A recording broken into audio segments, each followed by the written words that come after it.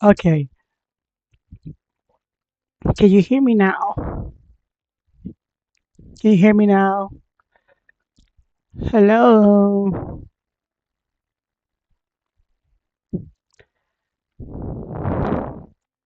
I'm having trouble. Can you hear me? Okay. Can you hear me? Can you hear me now? Can you hear me now? It's. Hello. Oh my God, I'm so embarrassed. I'm having trouble. Can you hear me? Can you hear me? It's like a delayed reaction. Can you hear me now? This is gonna be a funny first video. Oh my God, I'm so embarrassed. I'm having trouble. Can you hear me? Can you hear me? It's like a delayed reaction. Can you hear me? This is gonna be a funny first video. Hi, Gorby. Is that how you say your name? Because like I'm also listening to it on YouTube too. It's like a delayed reaction. This could be a funny first video. So like it's repeating what I'm saying. Because like I'm also listening to it on YouTube too. I could hear a lot of breathing. Because I got like the headset on. So like it's repeating what I'm saying. That'll be a funny clippable moment.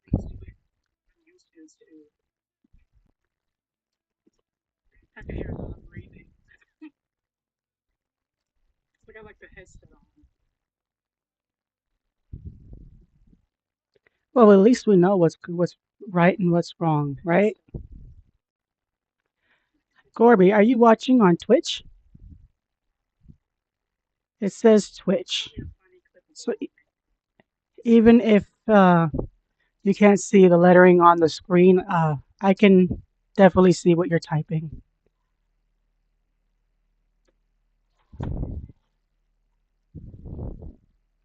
Is the mic too loud?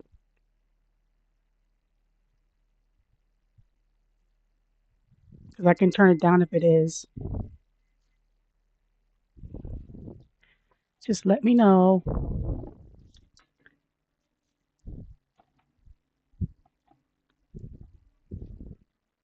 Today's discussion is going to be about menglong.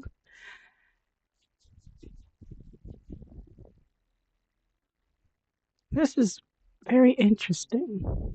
So I'm using like OBS Studios. I'm not just streaming right to like a platform. I'm trying like the multi-stream thing. So I'm gonna see how that goes. This isn't my first time streaming actually. I did it once before, just through the TikTok stream. It was really fun.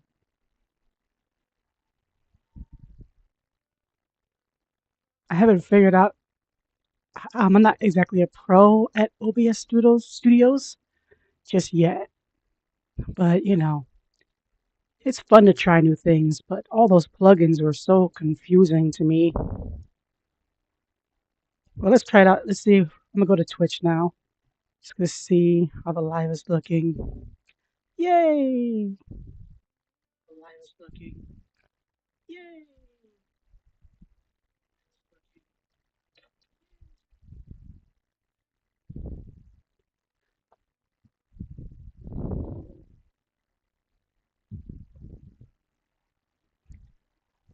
Do you like the video, Gorby? It's for you, Long.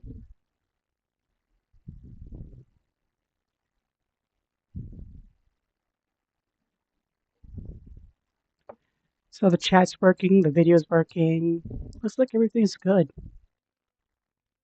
I'm gonna try a couple of different scenes, okay? So it's gonna switch up, but don't be freaked out.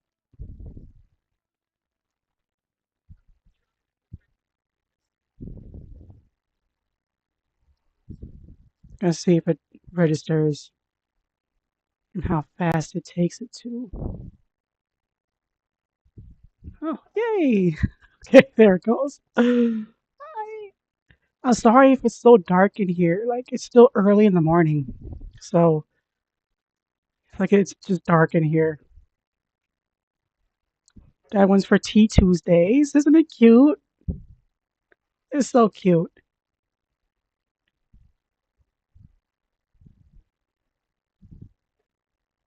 And there we have whatever Wednesdays for YouTube. I just react to videos on YouTube or whatever. Whatever we want to do. Therapy Thursdays. You just tell me what's going on in your life, and I give my advice as best as I can. And then Friday, Saturday, Sunday, I do games. Like Friday, I do card games because I love solitary. So I do like different versions of solitary. And then Saturday, I do Roblox or Minecraft or Fortnite. Right now, I only have Roblox, so I'm only gonna be doing Roblox for now until like I save up. And then Sunday is I Spy games because I'm really good at those. Let's go back to menglong because it's Monday, menglong day. Yes, I so tragic what happened. What I heard about Yu Ming Long. It was a man that was said to have been offed by his government after he discovered money laundering. So I got everything here. I think I'll just go ahead and start. You're welcome to stay. Definitely give your feedback. So today, the things we will be covering is his autopsy, be covering his missing body. I'm going to be talking about what happened that night. Um, it's basically like that summary that you see posted in every single TikTok about him. And then we're talking about his abuse, his alleged girlfriend, things I do think happened, things I don't think happened. What can Amnesty do to help? What can the AVAS do to help? We're talking about his contract, residence reviews slash strange behaviors, the CCP. We're talking about Golden Booster Awards, and just some other things that I find were fundamental to the case. Okay, so first I'm going to start with that what happened that night to him. I'm going to read that off to you guys.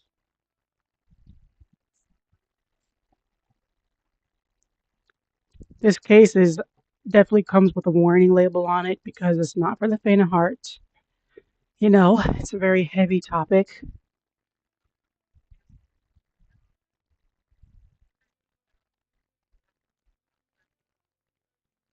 Okay, so it's basically telling us what happened that night. Of course, it's just I feel like it's just alleged. I don't think it's like I don't know,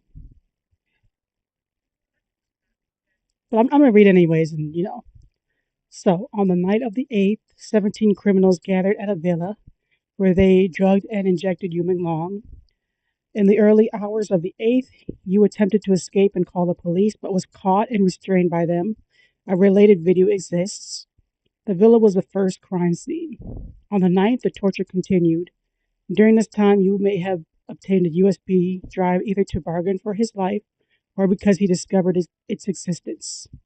The criminals demanded that he hand over the USB, and it's possible that he swallowed it. They then began hurting him by suspending him upside down. The later screams in the video were clearly cries of agony. After enduring a full day of abuse, by nightfall, he was barely alive and was thrown from the building. This moment was captured by paparazzi. The sixth floor. At this point, they summoned a private doctor to cut open his abdomen, and Yu died during the procedure. A Japanese man then wrapped gauze around his stomach, and on the fifth floor, they dressed him in clean clothes that had been prepared in advance. It was later revealed that the sixth, fifth, fourth, and third floors were all under their control. Afterwards, in the early hours of the morning, they began moving the body. in order to stage a fake fall from the building. The fifth floor thus became the third crime scene. At 5:15 a.m. on the 11th, a photo was taken showing Yu's abdomen wrapped in gauze. His broken thigh unnaturally folded, signs of rigor mortis already present, and bleeding from the head. His first fall had him land head first. To further disfigure him, they smashed his face with stones. I'm sorry, that's I don't know if I should have said that, but the paparazzi who had been hiding in the shadows immediately leaked the news. The criminals then turned on each other, exposing one another. Now they are trying to release manipulated and generated videos that he was abusing kids. And that concludes the uh, the summary that you see going around on every single human long post, unfortunately. A lot of this case is alleged, but it seems like a lot of people were around when it happened, you know? Not to mention you have the neighbors that said they heard things too.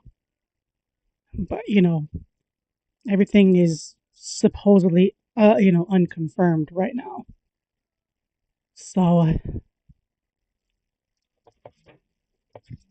okay, let's get on with his autopsy, the unofficial. I'm going to give you guys a warning. This topic is sensitive. If you want to click off, I'm totally fine with that. I get it. I have done my best actually to leave out certain words, or switch certain words for other words, so it's not too graphic in nature.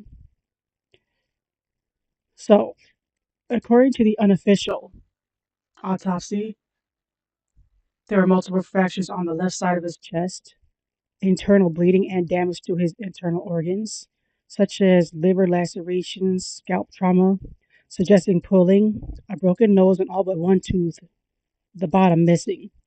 Evidence of SA and severe back area tears. And before you guys try to ask if he was gay, he wasn't. He was completely straight.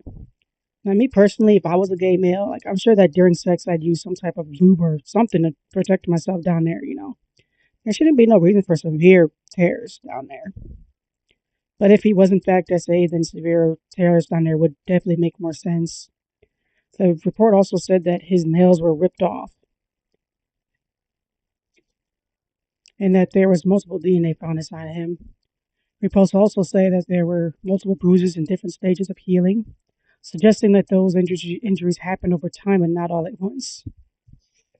There were also mentions of deep pressure marks on his wrists and ankles, which suggests he was restrained. The most shocking was claims of a sedative and a tranquilizing substance were found in his system, which definitely explains why he couldn't fight back or defend himself. So basically, his body showed signs that were not consistent with a single fall from a fifth floor. Are you guys with me? I'm going to move my keyboard real quickly. I'm like literally reading from a book right now.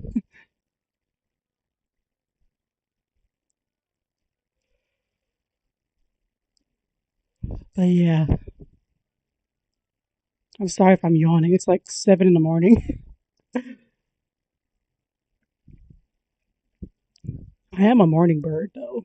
I'm an early bird. But that's only because I stay up all throughout the night.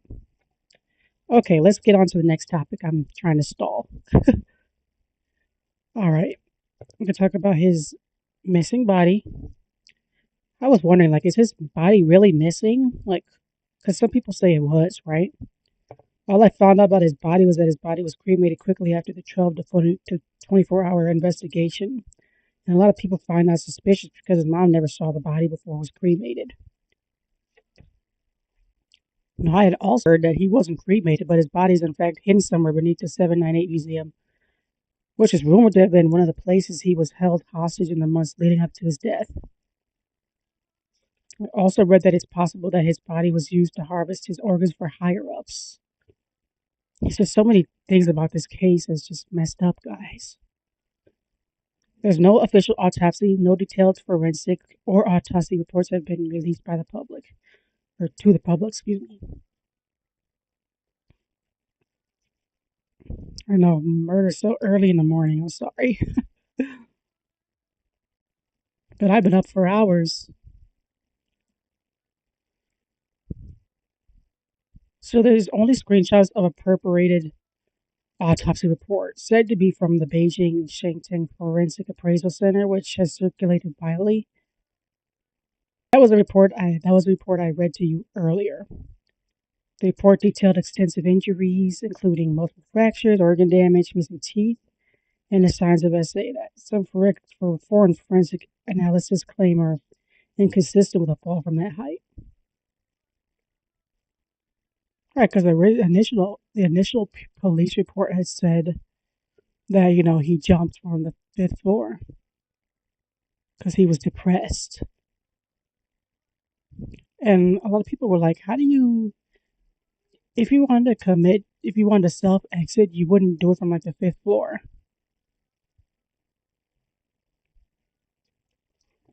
Like that's very short a distance. You would go to like the top of the building, not the fifth floor." Now, I want to throw in an interesting fact for you guys. I learned this from Rotten Mango. Sorry, her name is Stephanie Sue on YouTube. She's amazing. I love her. She does very good murder mysteries and cases, and her and her husband, they're a really nice couple.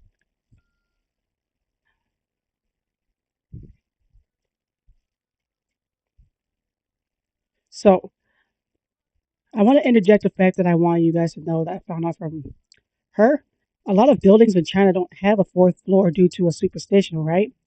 The number four is considered unlucky because the pronunciation of four is very similar to the word for death. So even though he fell from the sixth floor, technically he fell from the fifth floor. Okay, another thing I had a question about was like the location of his body, right? You guys can comment. I can still see the comments, so go ahead and comment. Don't be afraid. It's just an overlay for you, menglong.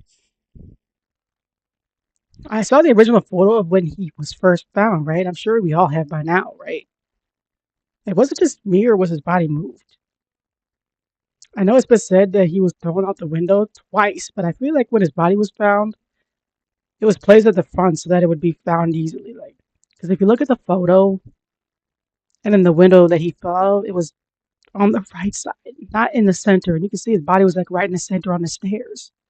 But the window he fell out of was like located like on my right, on the right.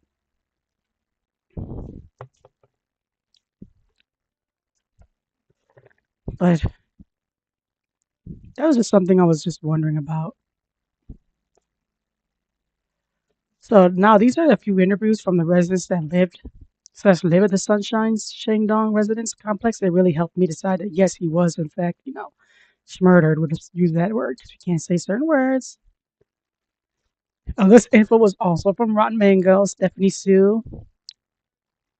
Many neighbors reported hearing screaming and fighting all night long, leading up to Human Long's death.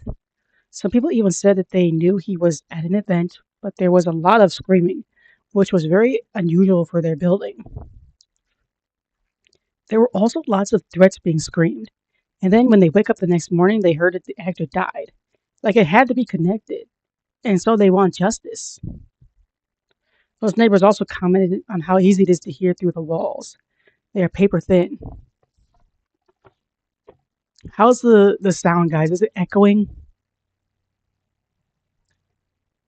Let me know, because I'm still figuring out things.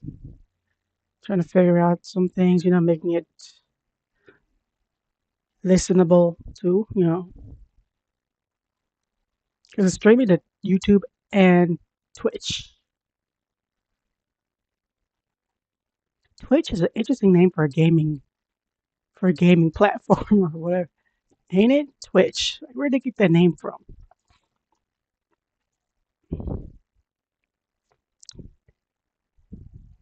So those neighbors also commented on how easy it is to hear through the walls. They're paper thin. Also, when reporters tried to hold on to side interviews, almost all the residents shut down. They refused to speak. Hold on, I'm doing a little check.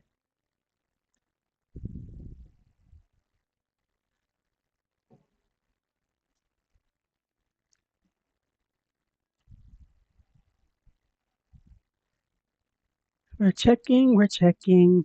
Today's our checking day. Yes, we're making sure everything's going running smoothly. This is like our what's the word? Our testing week. Making sure everything's running nicely and smoothly.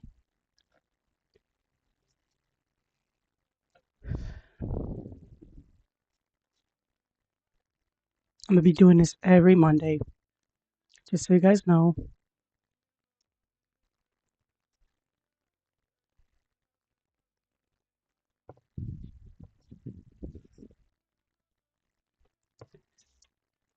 Okay, so getting back to it. Also, when reporters tried to hold on-site interviews, almost all the residents shut down. They refused to speak. Also, the main action that sealed the deal for me was when the building denied access to any surveillance footage that they could have had, the reporters and the public. That made people think that they were either threatened with violence or bought off. I personally think that they were bought off because what normal person responds well to being threatened? But of course, it's all just speculation. The window that he supposedly jumped out of, there were a couple of official interviews from the neighbors commenting on the window that he fell out of. One lady had said they said that he fell from the fifth floor, and that's a pretty short distance. She said that she had stood there watching for a very long time, puzzled, because how does someone fall from the fifth floor and pass away? Because on the windows is a metal mesh, which is damn near impossible to break. You could literally have to cut it. She also mentioned how she saw a lot of cops from outside the window. They were in the room that the actor had jumped out of, supposedly. She could see them trying to figure out what happened. And it looks like even they were puzzled. They looked like they were trying to reenact a bunch of scenarios to emulate what happened. Okay, I'm done covering the more grim topics. The next thing I'm going to discuss is things about the case that I don't think happened. I just want to put it out there that I'm not trying to make anybody mad by saying these things. It's just my personal opinion. Opinion. I don't think that the videos of massive crowds marching the streets holding signs for human long are real because I'd see comments under those videos stating that that was from blank holiday that just happened recently. And then I look closer, right, and see that even cops were marching along with the crowd. I do believe that people are in fact marching, but not to such a massive scale. So I want you guys to remember that not a lot of people in China know about what happened to Yu Long. His case and everything about him have been heavily censored by the Chinese government. So that's why I don't believe that those pics and videos are real. But don't worry, they will be soon enough. So keep raising awareness and sharing the AVAS for sure. I'm sorry for this next one, but I don't believe that there is a USB. But let me explain why. Because when I thought about it, right, like why on earth would he show up to an event with a device that houses such damning information on it? Like he was supposed to be at a party. Why would the device be there on him? Let me rephrase that. I don't believe he had a USB on him at the time. Another thing, I don't believe he was forced to wear shoes that were too big for him as punishment slash neglect. A lot of idols and actors are made to wear shoes that are a little too big to them for them to protect their feet because they would be walking or standing for long periods of time. Same with traveling. Because years ago, guys, like I remember seeing BTS, EXO and actors from the Entertained and members of girl groups wearing shoes that were too big for them. And I remember going on the internet and asking why idols wear shoes that are too big. And that was the answer that they gave me. And I just wanted you guys to consider that when you see his shoes. And it's normal for the entertainment industry, for people that are in it, to wear bigger shoes.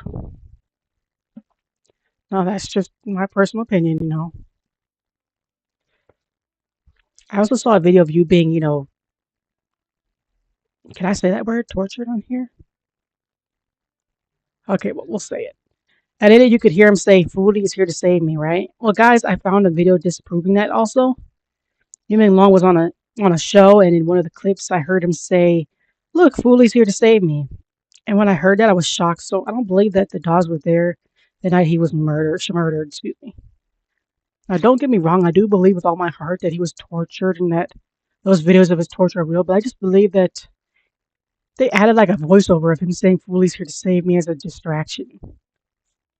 Because if people find out that part was like added in, then they would probably doubt the whole video is real. But I just wanted to reiterate that I think that that one part was added into it because not on a real torture video,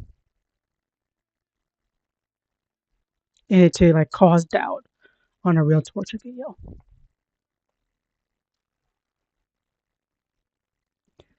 I'm sorry for this one also, but I personally don't think he was signaling for help in his videos. I'm sorry, the signaling wasn't very clear to me. It just to me it just looked like he was covering his face out of shyness. But of course that was just me. But I'm just that was just me. I'm sorry, but I also don't believe that Ching Song was in that video. He's the one with the red hair. That video of Human Long running through the corridors, the building. The poster I typed, you can see his red hair. You can see your Chen Ching Song's red hair. I'm sorry if I'm botching up his name.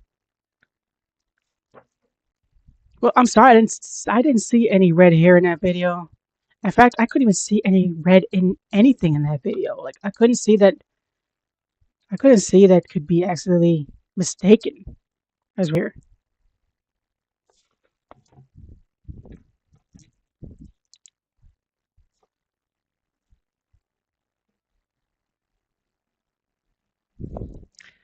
I couldn't see anything that could be accidentally mistaken as a red head of hair. And I can see what ain't there. I'm sorry. Not so you guys personally, like, if you ever see a post related to this case that's trying to convince you that something is happening, but you just aren't seeing or aren't believing that it makes sense, don't try to gaslight yourself into trying to see something or hear something. Because this case needs honesty. Just putting it out there. Another thing I don't believe is that his teeth were missing before that night. There was a video that I saw going around where he was playing in a show, and from the angle the camera was at, you couldn't see his bottom teeth at all. Well, I just wanted to say, don't worry. I watched the full clip, and his bottom teeth do come into view, and he has got some beautiful teeth. But on that note, I want to say that I do feel like some of the videos that have come out are in fact AI generated, but it's used for the intention of illustrating visually what happened during his torture. Like, for example, in a video that's going around, there's a person walking around a dark building, and then all of a sudden you hear Human Long's voice crying, right?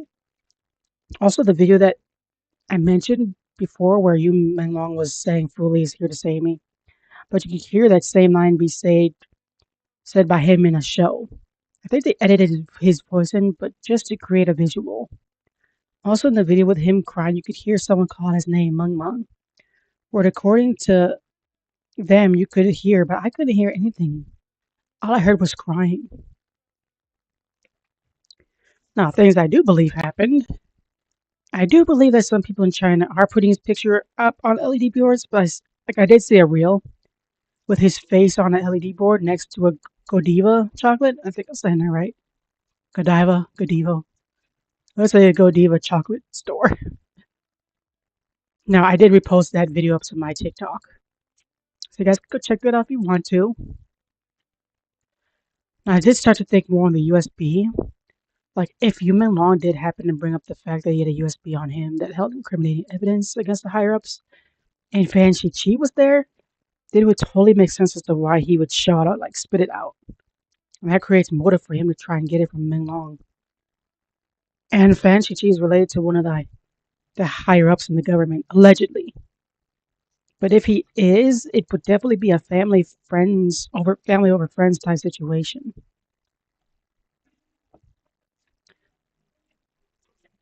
Hi, Bubba. I know, right? It is finally. I know. I'm so embarrassed. I had to wait for some of my stuff to come in. We're talking about human long today. It's a very sensitive topic, so definitely warnings, not for the weak, the faint of heart. So, to get back to what I was saying,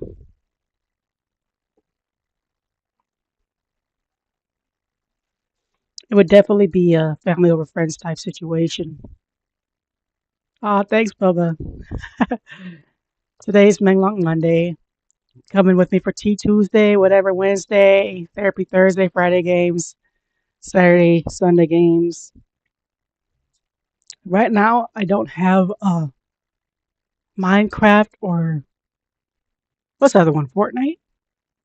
But I will as soon as I save up for those. So right now, we're just going to stick with Roblox and I Spy games and card games. But don't worry, I can make it very interesting for you. I know I'm on early in the morning, but technically I've been up all night. So because like I'm a night owl because I like work third shift at my job, right? So my sleep schedule stays the same even on my off days. Because like I work 10 to 7, 10 p.m. to 7 a.m. So I try to keep my same sleep schedule even on my off days. So even though I'm like off today, I've still been up all night. So if I start to yawn, I'm sorry. I'm trying not to. So now my theory was that human long. Oh, Bubba, is my audio coming in nicely? It's not echoing or nothing, repeating itself. So let me know how it's sounding. My theory was that Yuman Long confided in Feng Shiqi about the USB, but Feng Shiqi was already greasing the bad guy's palms. I also read that him and a few other the people that were bribed to keep tabs on you. Yeah, I heard that. Like I heard that him and a few other people were bribed to keep tabs on him. I'm sorry, I don't remember the details. There are a lot of theories and information swirling around about this case, but to bring it back to my original point, the next question I would have is why did Human Long choose to bring such a device with him?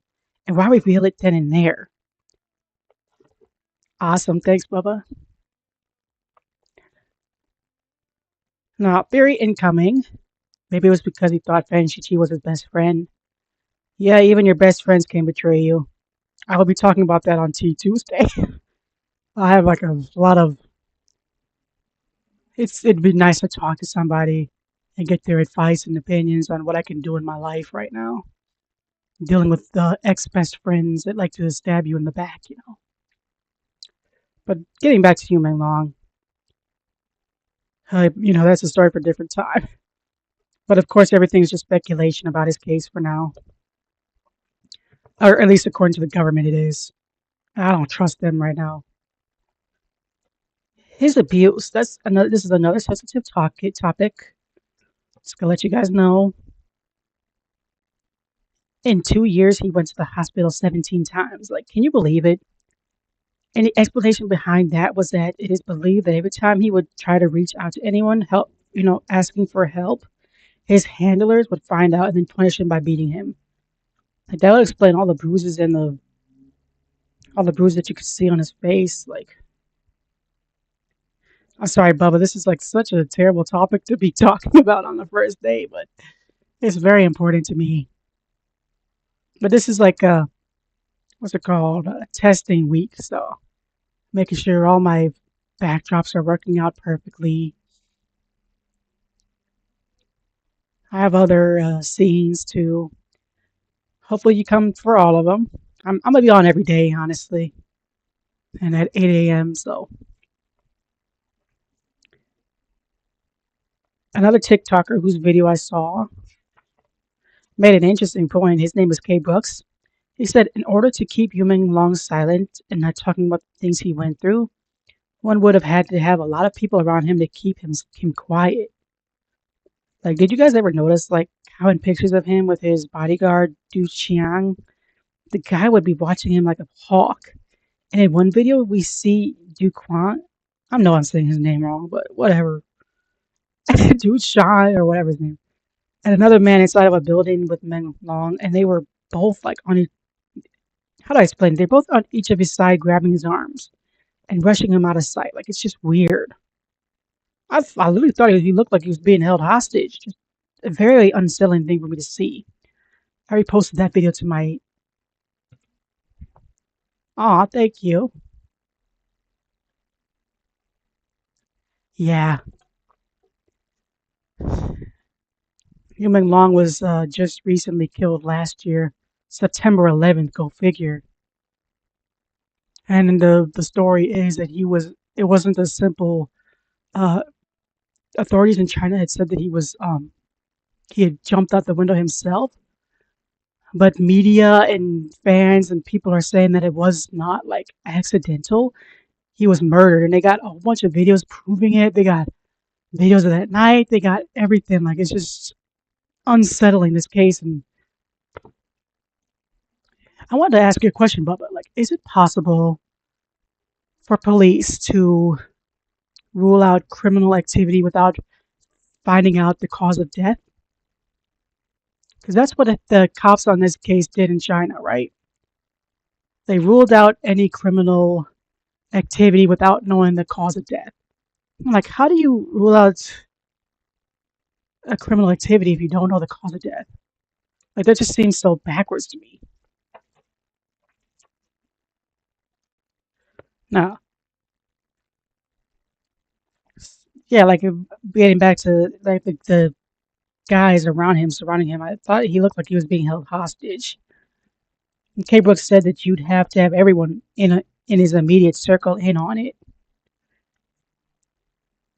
Do you guys remember Assistant Duke Dapeng? Well, he was Human Law's manager before Duke Chang came along. Those two were close. And that's not alleged, that's actual facts.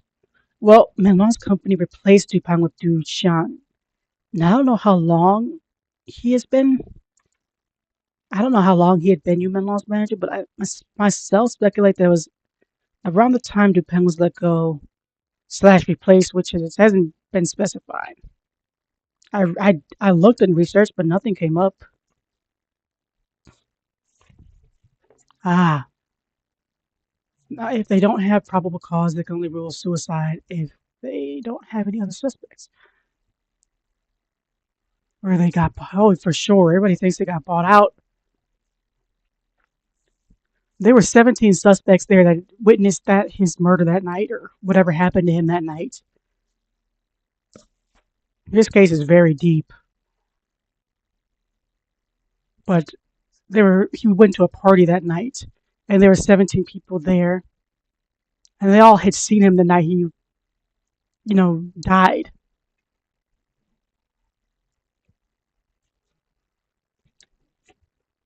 So, but according to Kay Brooks, even the police would have to be in on it, which is exactly what happened. They were all bought off, like, which makes perfect sense to me. And did you guys notice how every single location that was involved in this case was found out to be owned slash controlled by the few of the suspects in it? There are three locations I'm aware of: the Sunshine Shandong Residential Complex, two the 798 Museum, and three the Bulgari Hotel in Beijing. A lot of the suspects that were involved in this case were involved either owned or lived or resided at those complexes that were said to be involved in his murder. Like Song Yiren and Ji Guangguang both lived in the apartment complex. Song Yiren doesn't live there anymore, but Ji Guangguang owns it. He still owns it, and that's the apartment that Yuman Long fell out of supposedly. And Shi Tao, who is the husband of Ji Guangguang, is most definitely connected to the 798 Museum exhibit with all those disturbing displays of humans. Like, yeah, the ones of what look like real humans, real displays of human organs, preserved skin, and all of those shoes connected by red strings. And the red strings for symbolizing fate. You can look it up. It's like weird. Like it's. Ugh. Now, I just want to inform you guys that there are museums out there like the 798 Museum that do have dead bodies displayed, but it's not to be disrespectful. It's at the request of the deceased family members. It's a way to keep them alive, So they might display artifacts from the deceased or, items. Those museums can be used for educational purposes or just contemporary art. But I gotta say, when I saw the photos from the 798 museum, I found that some of the bodies weren't displayed respectfully. It was weird and scared me. Like, I'm not gonna just explain it on here because I might get kicked off with it. You guys could look up the pictures. Like, it was weird. It was just weird and crossed the line. Now, let's talk about those buildings that are involved in this. I did my own research on each of these buildings too. The Chihao Art Museum, aka the Red Brick Art Museum, which has been linked to the case and online rumors with alleged allegations that Yu Long was held captive in his basement or that his body was held there for plastination to cover up evidence. Cover up evidence, excuse me. The museum's manager, Yang Shiji, and his architect, Ando Tudao, are listed among those allegedly involved by some sources. The museum and the adjacent Bulgari Hotel are reportedly state-owned enterprises, which some claim explains the high-level censorship surrounding the case.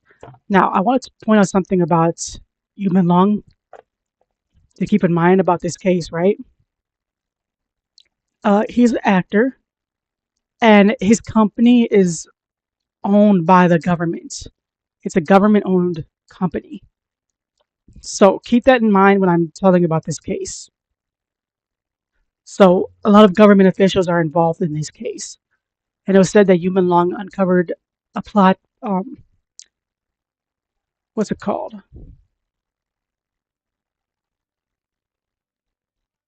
Money laundering. He uncovered money laundering by the higher ups in the company, which are actually higher ups in the government because it's government owned. Keep that in mind. So that explains the censorship. A lot of those higher ups in the government, they can control the media. You know how China has heavy censorship laws. I'm in America, so we do have censorship, but like very minimal censorship. And our government doesn't control that much. But in China, they control everything. I'm gonna get into all of that. I'm getting a little ahead of myself. I'm sorry. Now let's talk about the Bulgari Hotel in Beijing. This hotel is located next to the Qihao Art Museum. Is rumored to be connected by underground tunnels to the museum. It temporarily closed after the incident, which fueled speculation of evidence destruction. My own findings after I researched the 798 Museum and found all those pictures, I decided to do a search on one of those photos. And guys, what I found may in fact shock you. When I did an image search, I saw the Las Vegas Human Science Museum pop up. And all those photos that are connected to the Yu Long case are on their website.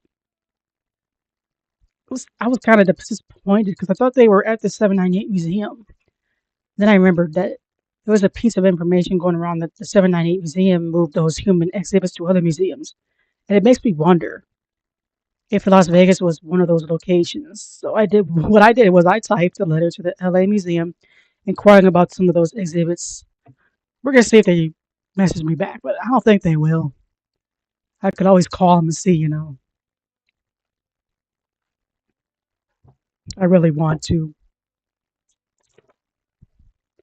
Getting back to K. Brooks, he also mentioned how he believes that Police Chief Bebo is in on it, seeing as he controls the area where Yu Long was found dead. He also mentioned how even now there's still no proper police report. There is a police report on Yu Long jumping and supposedly self-exiting, but there is no actual police report of what happened that night. The investigation is still ongoing. He said that back in October. By the way, just saying.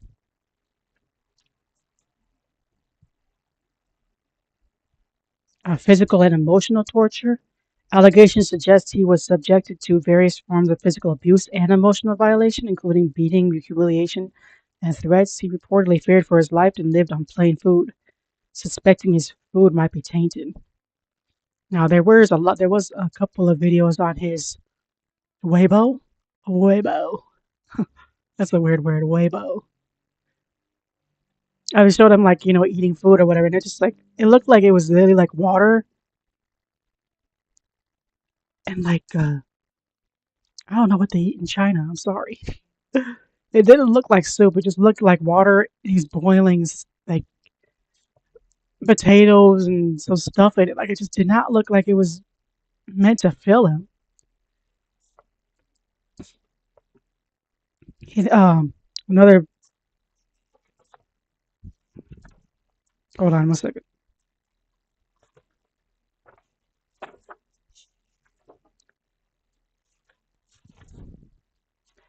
Another thing for his abuse was forced activities. He was allegedly forced to attend gatherings against his will, where claims of him being forced to drink and being drugged have circulated.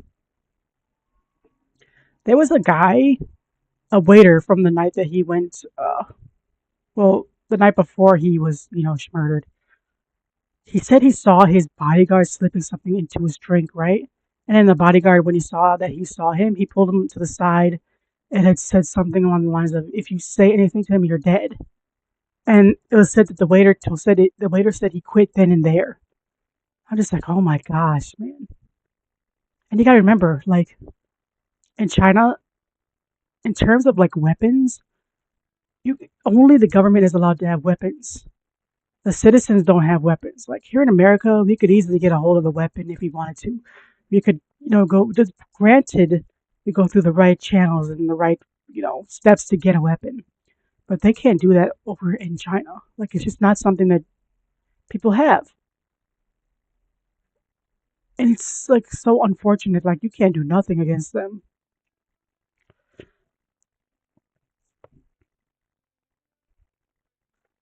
Next one was contractual exploitation. He was reportedly trapped in a slave-like contract that led to financial ruin with a manager, Du Xiang allegedly signing a secret contract that resulted in a massive debt he was forced to cover. Next one was suppression and blackout. Official censorship. His name was blocked out on social media platforms in China, and posts related to his case were deleted. Even though the official police report classified his death as an accidental fall after drinking, ruling out foul play, many fans and netizens doubted it because of so many irregularities in the case. I have a Weibo, right? And I can't even mention his name on it. Like I can't even ask questions. I can't even post a picture of him. Like it's so sad. Like the censorship, they really did censor the heck out of his name, bro. And they said that you can't even mention the name Fish because you, human long, the name used to symbolize stands for fish in excuse me, Chinese, not Japanese. Chinese. It stands for fish or little fish, or something like that. So yeah, like I couldn't even.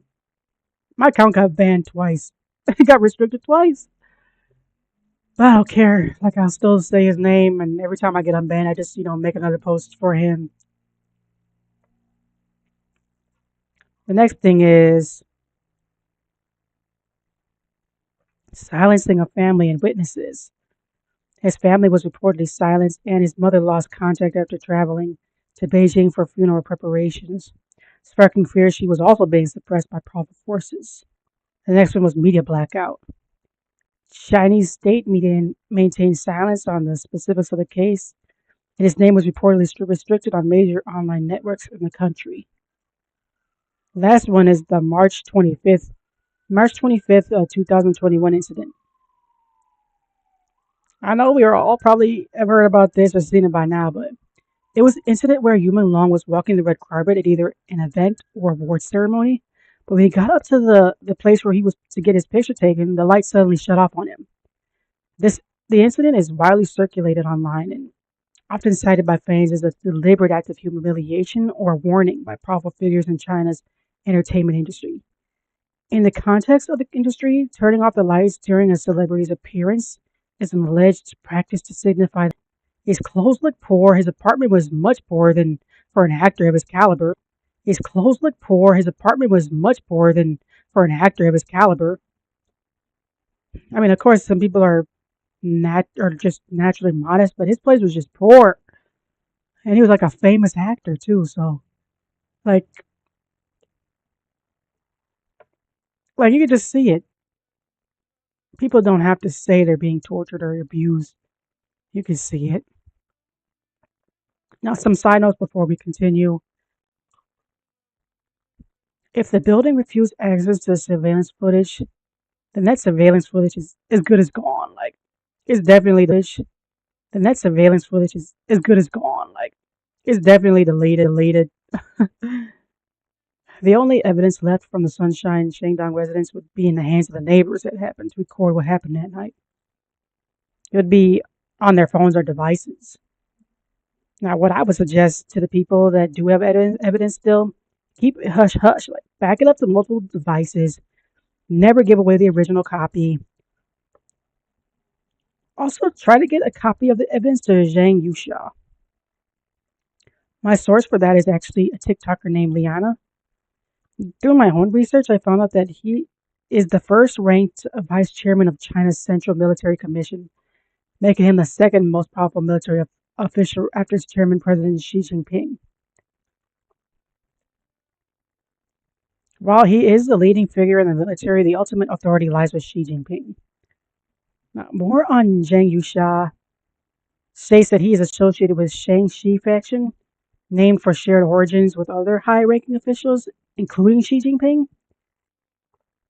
Recent purges of rivals such as the Fujian faction led by He Weidong and Miao Hu have consolidated the Shang-Chi faction's control, giving Zhang Yusha significant power. Now, despite his, I'm sorry, I'm tired.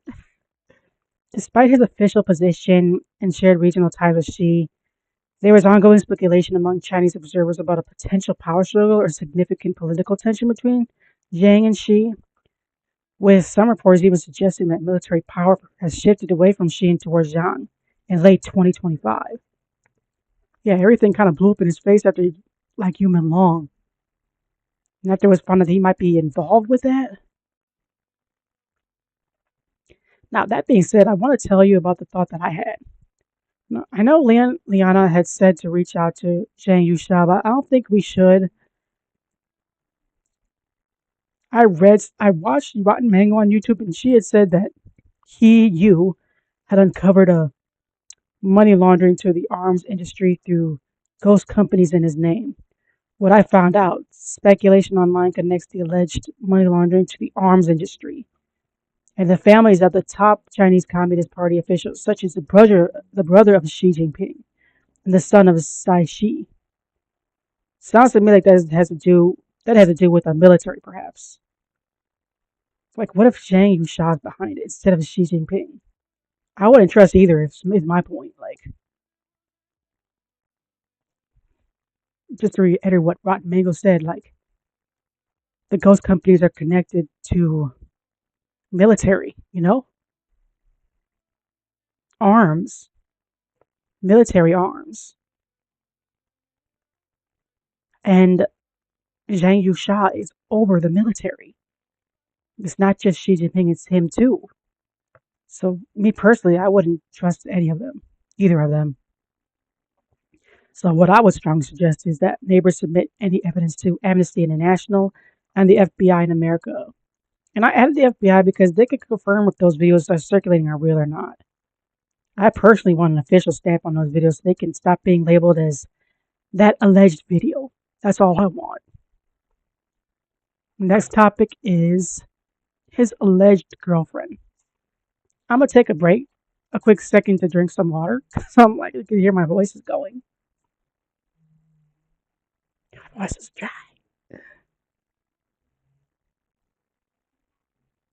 It's so dry.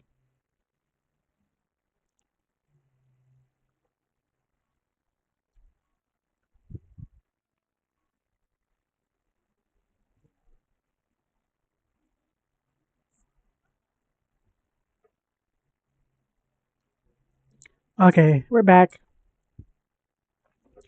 Next topic is his alleged girlfriend. What I found out about her wasn't much. Like, her name is Kent Shin. She's 30 years old. Looks like she's a small time actress. She only has 9 movies slash shows under her belt. Doesn't seem like she's very well known or famous. Like I couldn't even find a social media for her. Like I tried to look for it on Weibo. I think I found it. Like, does she have a Dove chocolate commercial by chance? Because that's the page I found with. I think it's with her. It has 27K followers. It looked kind of like her, but anyways, the rumor is that she's his alleged girlfriend. That's just rumors and hearsay, though. But from that one video, I saw her hanging all on him. I think the Yip Long was a very private person, so there's no way he would tell anyone that he was dating. But Kanshing was believed by fans and netizens to be a planted spy by his agency. It would make sense as to why she disappeared so quickly. She disappeared as quickly as she came into his life. She is like a nobody. She has no online presence, or excuse me, no online presence. She's just there, like. But theories say that she was intentionally placed into his life to gather personal information about an alleged private investigation he was conducting, which probably is mentioning the USB drive. Like, how would they even know about that? Maybe the information was bad, but it's not as bad as people think it was. Because why would the company be stupid enough to let it slip that they're involved in money laundering? Hmm.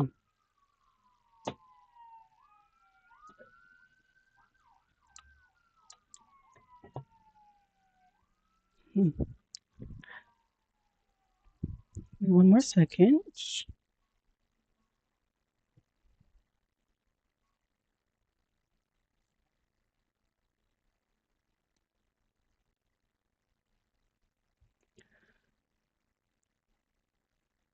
But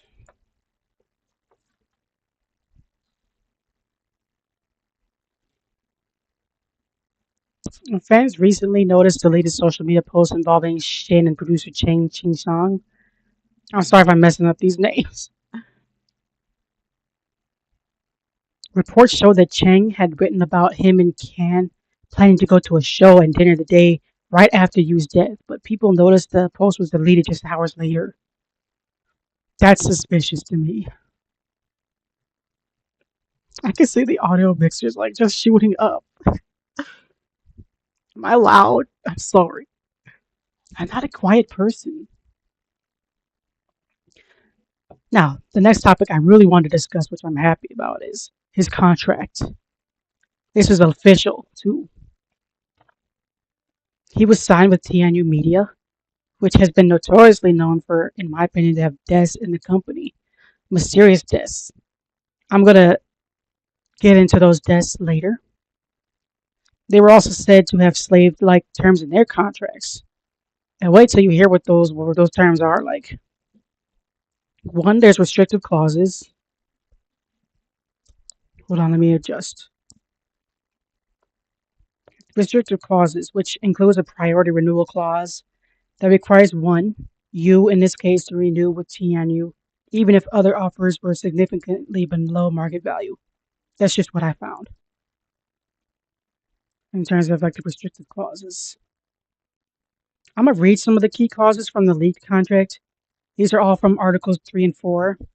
Even after the contract ends, TNU retains the right to use the artist's name, image, voice, and biography for promotion indefinitely. Number 3, the company also gains complete control of all the artist's social media accounts. All her profits permanently belong to TNU. Okay, I can understand the social media accounts. That kind of does make sense to me. But the profits permanently belonging to TNU, like I don't know how I feel about that one. But let's move along. Also, TNU has the right to monitor every single activity of the artist. 5, any hidden or misreported income results in a penalty of 3 times the highest monthly income.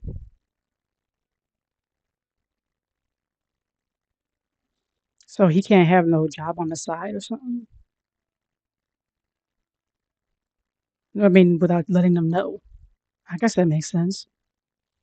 But like what I do in my free time should be my business, right? But whatever. I've never been under contract before, so I don't know. But it also say that the artist must obey every work arrangement, paid or unpaid. Oh heck no, you just lost me with that one. No, I ain't going out of nowhere if I'm not getting paid. I'm sorry. Like no. Is it paid or unpaid without question? Let's not forget the revenue split. 70% goes to TNU Media, 30% goes to the artist. Like what? That is just so unfair. Like that's just not right. Like no. Last one was the punishment clause. A financial death sentence basically. If the artist terminates the contract or TU Media does so citing faults, the penalties are devastating. The formula: the artist's highest monthly income times 12, times the years remaining on the contract, times the project compensation amount, and this total must be paid in full immediately. For Yumin Long, whose top monthly income was about 20,000 yuan, which equals 2,800, the calculation for the remaining 2 years combined with the project compensation clause soared to an unthinkable 200 million, which translates to 28 million US dollars. That's all reported by TNU Media's uh, ex-Brave female executive Chi Lili, who once worked at TNU. She was the one who leaked a copy of its terrifying contract before she was allegedly hunted down by the company for defending you. We haven't heard nothing from her since then. So far we have restricted clauses, high penalty fees, and severe control of the artist. There was also mentions of managerial misconduct. That's the one I mentioned before about Dugong. I don't know how accurate this next bit of information is, but I saw or read that his manager, Dugong, reportedly signed an advanced distribution contract worth over 2.5 million won behind Men Yumeng Long's back. And it forced the actor to cover the resulting debt, which also led to alleged abuse. Of course, that info is alleged, but just bits and pieces that I'm picking up along the way that have to pertain to this case. This is a lot of talking. Celebrities in China are treated a lot differently by their government than a celebrity in any other country. For comparison purposes, I'll make comparisons between American celebrities and Chinese celebrities.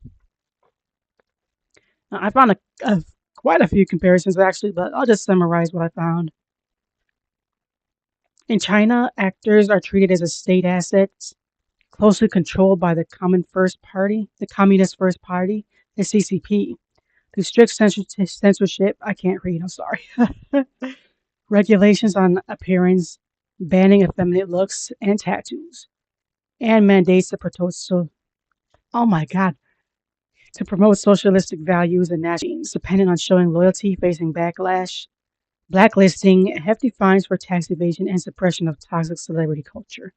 Now, I can understand the hefty fines for tax evasion, but yeah, like everything else, it's like you're being forced to do that. Socialist values and nationalistic themes with careers dependent on showing loyalty. I wrote all this down. I have like this whole notebook. So I'm like reading off of what I wrote. I feel it was enough to fill a whole notebook. I'm not even lying.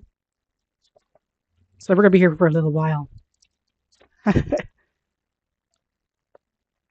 My first chat about Human Long was like an hour and 20 minutes, but I've definitely added a lot of more stuff to my research, so it's definitely gonna be longer than that.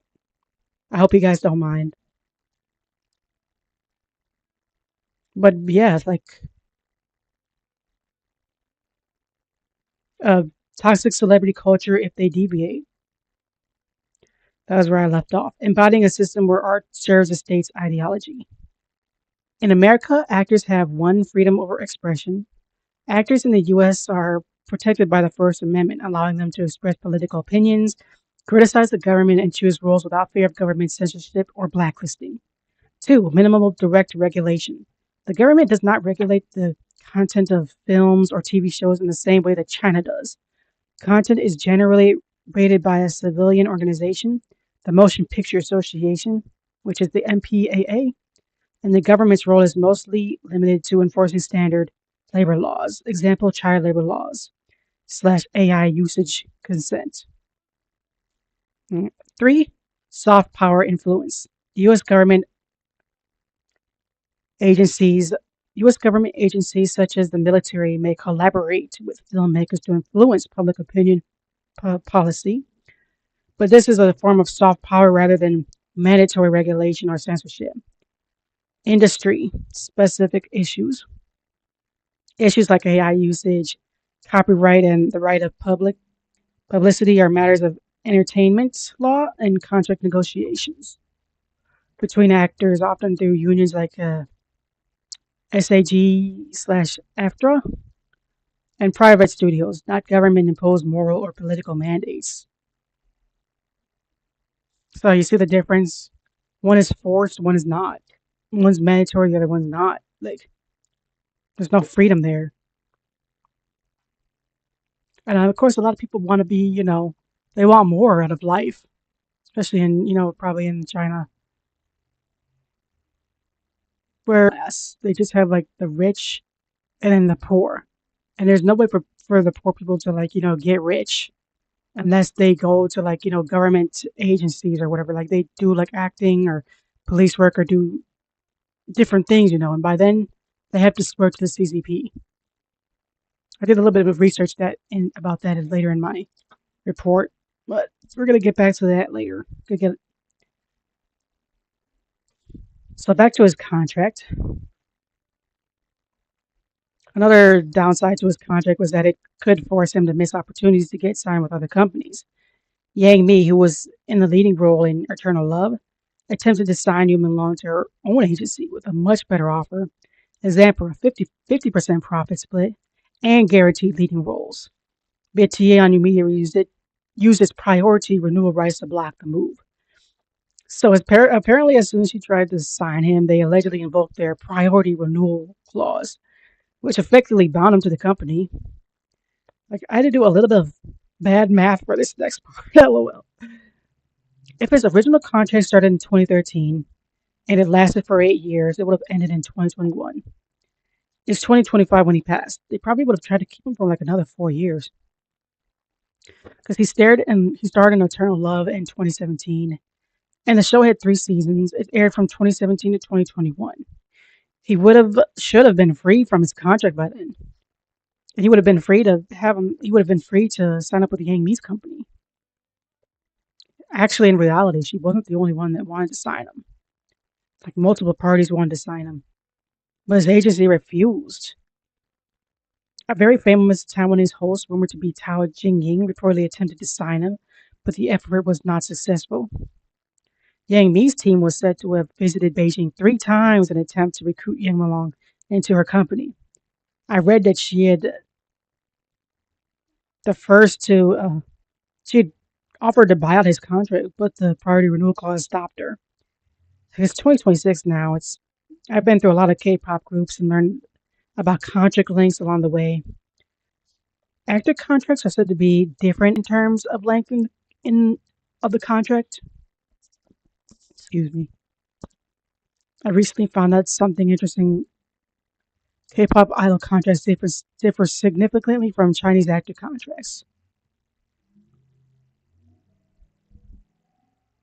Like K-pop often features long-term, highly restrictive 7-year or longer deals with training, debut, repayment, while Chinese actor contracts tend to be more project-based or shorter term, focusing on specific drama/film roles, though both can be influenced by company power and local regulations, with Chinese deals sometimes seeing longer exclusive commitments, 10 plus years, but less focused on the training repayment. Some major stars or specific agencies might sign artists for 10 plus years of exclusivity, but this is less tied to trainee debut, or less tied to trainee debt. I've also noticed that the minimum is 5 years for K-pop idols, but some are 7 to 10 years. Like I personally feel like those longer contracts are given to the younger trainees, and it makes sense. Like Like they're younger, they need more time to, start up their career or whatever, more time to pay back their debts. So the longer contracts make more sense to me in terms of like K-pop idols.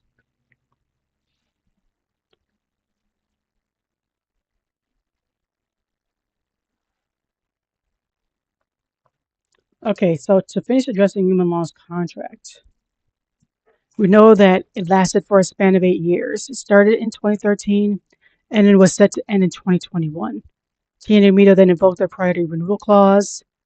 I asked Google how long of an extension would TNA Media renewal clause provide. It said that for artist Yuan Long, who was subject to this clause, the company reportedly used it to schedule his work and effectively bind him at least through 2023, despite more favorable offers. So, really, the duration of this extension appears to have been at the company's discretion. So, they could keep him for as long as they really wanted to. I'm sorry, guys, the contract length for his original contract keeps changing. Like, first I found 8 years, then 10, now it says 12. Like, which one is it? If it is 12 years, then that means it would have expired in 2025. Because death could have been a way for them to clean up loose ends. Sorry, tie up loose ends. Just a thought.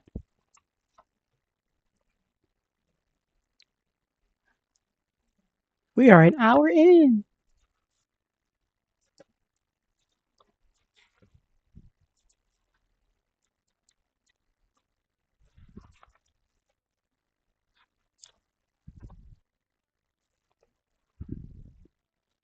And we are not even halfway done.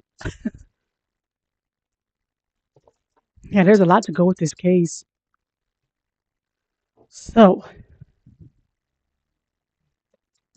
the next topic is interviews and statements from the residents and Sunshine Shandong residential complex. I'm actually a bit excited to talk about this next part. During the morning when they had found Yuman Long, there was an older woman that had spoken to a reporter, and what she said kind of shocked me.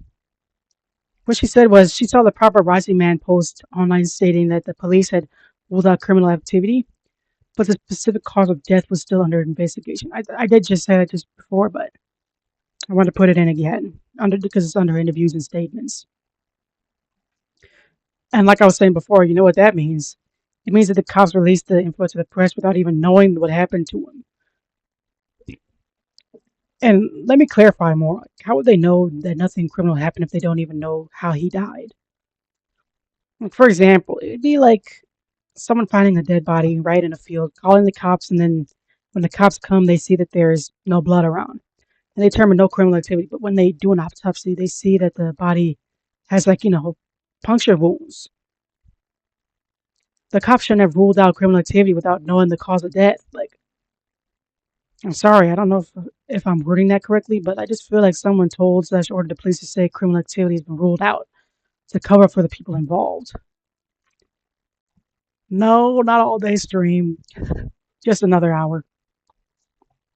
And I'm gonna go to TikTok because unfortunately this um stream doesn't allow me to post to TikTok either. I can only do like Twitch and YouTube, but it's okay.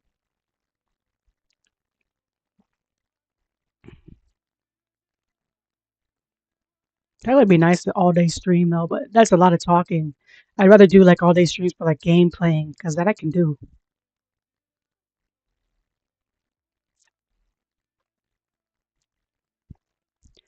But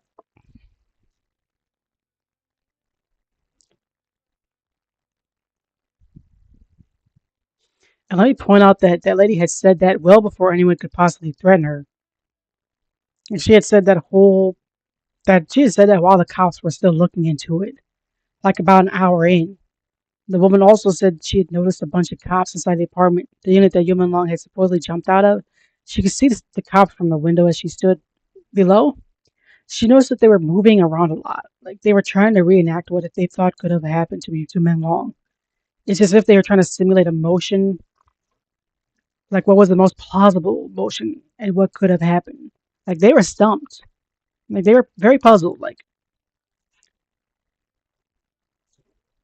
I had explained how a lot of residents have recorded videos of them showing their windows, and how incredibly hard it would be for someone to accidentally fall out. There was metal mesh on all of their windows. Like you would need a knife to cut it. Okay, when yes, when games would make it fly by. I can't wait to play those serious games though.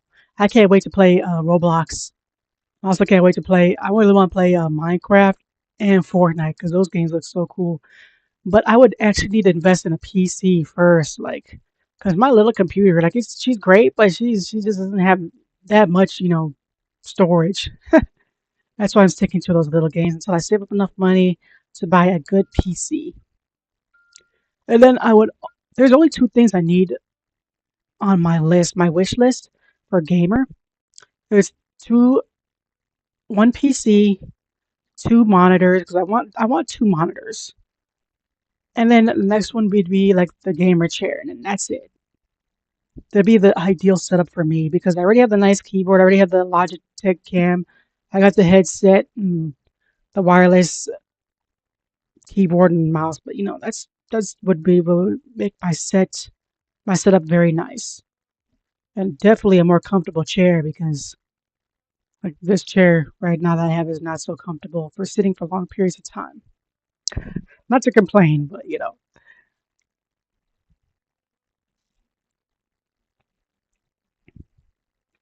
Now, in terms of the metal mesh that I said you'd have to cut,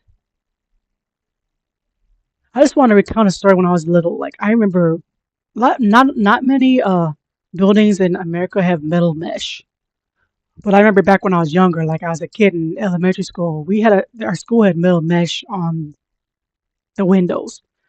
All of them did, and you could punch that stuff and it just would not break or nothing. Like you would definitely need a knife or something to cut it. Like it's just not easy. And it's a safety thing, you know. Like you're not getting through it unless you're really trying. Even a full force kick might not even do it.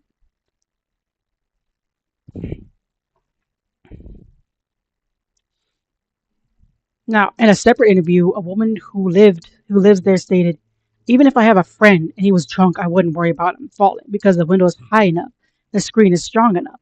That just tells you, like, yeah, this screen you're not gonna get through it.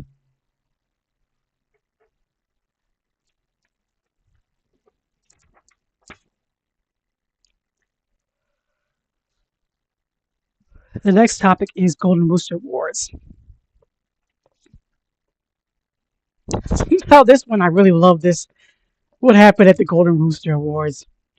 Um, netizens I did see a post about netizens flooding the Golden Rooster Awards with questions about human long. I just love that for them.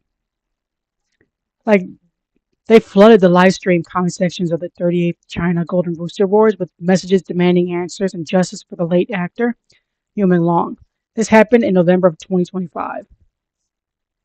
Key questions and demands like demands for the release of autopsy reports and testimonies from the 17 people reportedly present at the gathering, and why a deregistered studio issued a statement instead of the police or his family, and inquiries into the identities of everyone involved flooded the comment sections. Because remember, guys, that list is still private. The people that were there that night is private, but it still got leaked somehow. Because a lot of people, like, they let it go. A lot of people that were said to be there let it, like, slip on their social media that they're going to a party that night. So, and some people wrote, and I quote, "I'm not watching anything. And you has become an obsession. We can't let this go." Another person wrote, "Forget the films. Show us the surveillance footage." One person wrote, "We want the CCTV videos." Another said, "Return the truth to us." And one comment said, "Give us back human long." My personal favorite was a comment saying, "You ban entertainment? Fine, we ban entertainment too. Bring us justice." One viewer shared a moment from the post office. "I used to be the only one mailing letters. Today there was a pile of registered mail in front of the clerk. I think more and more people are joining this movement." Yes, I think that's great, but in terms of the Golden Rooster comments, it got so bad that they had to turn off the comments. LOL. Now, according to netizens in China, netizens is just another word for people. That's like the Chinese word for people. So, according to the people in China, this isn't the first time people have done this. Whenever there's a live broadcast anywhere in the country, the bullet screens light up with one name. That name is Human Long. His absence echoes louder than any celebration. We're going to force them to reopen the case. Now, this is me saying this. Like, I don't care if the time window is closed for investigation. We could still have a case reopened. It's shady to me that that's even a thing. Like, Human Long's case can be closed, but it should still be able to be reopened if new evidence begins to surface. Like, his case can become cold, but it's not over until his cause of death has been found out. I know a good way to get answers though. Y'all might not like it, but what I'm about to say, but like it would have to involve getting Xi Jinping out of office. If he is in fact involved, that is, I reach out to Xi Jinping and ask him for clarity on Human Long's case. If he's not involved, you know. From what I've heard, from what I've heard, well, at least here in America, I've heard that Xi Jinping might be involved. This leads me into my next topic, which is the CCP and how they can be taken down. And this is a very sensitive topic, so I'm just going to be very, respectful in how I present it, as respectful as I can muster. Bubba, what games do you play? You can tell me and I can join you. Uh, the CCP stands for the Communist Party of China, or the Chinese Communist Party. They are currently the founding and ruling party of the People's Republic of China. Founded in 1921, the CCP won the Chinese Civil War against the Kuomintang and proclaimed the establishment of the PRC under the chairmanship of Mao Zedong in October 1949. The CCP has since governed China and has had sole control over the country's armed forces and law enforcement. As of 2024, the CCP has more than 100 million members, making it the largest political party by membership in the world. Right, because the CCP, it works off of membership. Like you have to sign up to be part of the CCP. But in America, you just like with different parties, you're in a party. You don't have to sign up. You can just be in that party. I wanted to know the pros and cons of communism. So here they are, the pros and cons of communism. So, you got to be fair. Got to give both sides. Let me just say there was more cons than pros, obviously. So the pros are social equality. In theory, communism aims to eliminate social classes, exploitation, and poverty, supposedly, by ensuring everyone has equal access to basic needs like food, education, and healthcare. That sounds nice, doesn't it? Second one is guaranteed employment. Oh, that sounds nice too. The government owned the government owns and controls the means of employment for all citizens, virtually eliminating unemployment. Right, let me read that again because the government owns and controls the means of employment for all citizens, virtually eliminating unemployment. How is that possible? What? I don't get that. If somebody wants to explain it to me, that'd be great. The guaranteed employment through the government. Like I just don't understand that. The third one is cooperation over competition. The system encourages cooperation among citizens for the common good rather than competition.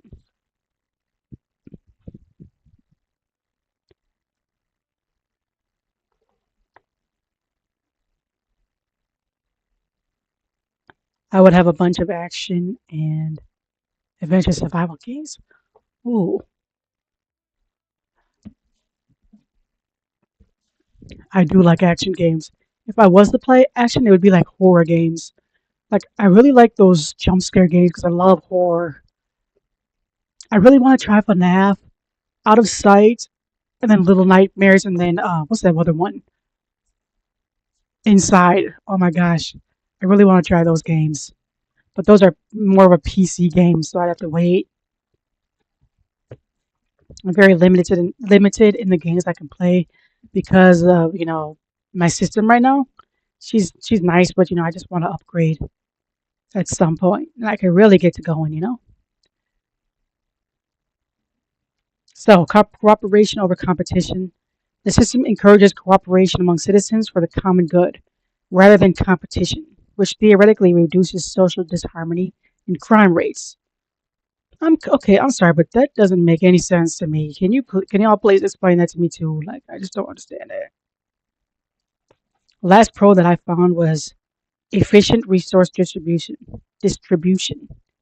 In theory, centralized planning allows for the state to rapidly mobilize resources to meet critical social goals and needs, especially in times of crisis, as it overrides individual self interest for the collective welfare. Okay, that sounds normal.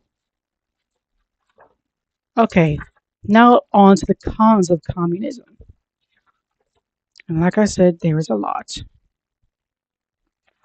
That's sad when the cons outweigh the pros. That should tell you something. Well, let's get on with it. Lack of individual freedoms. A significant criticism is that the system often leads to a loss of personal liberties, including freedom of expression, religion, and the right to own private property, like land, houses/apartments. They can't even buy land in other countries, USA to be specific.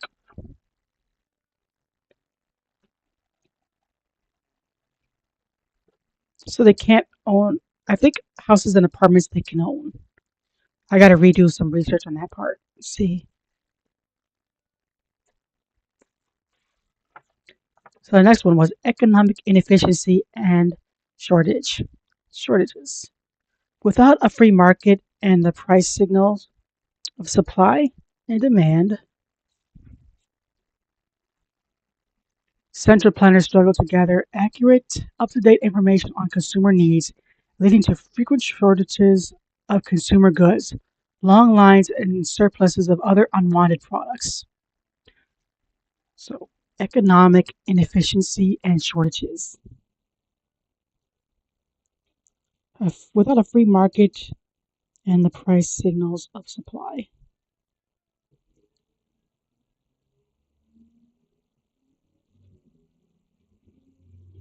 Huh. The next point was lack of innovation and motivation. The absence of competition and personal profit motives can stifle innovation and individual initiative. Workers may lack the incentive to work harder or smarter if everyone is paid the same, regardless of effort. Yes, I can totally see that. I have never had that problem though. Like,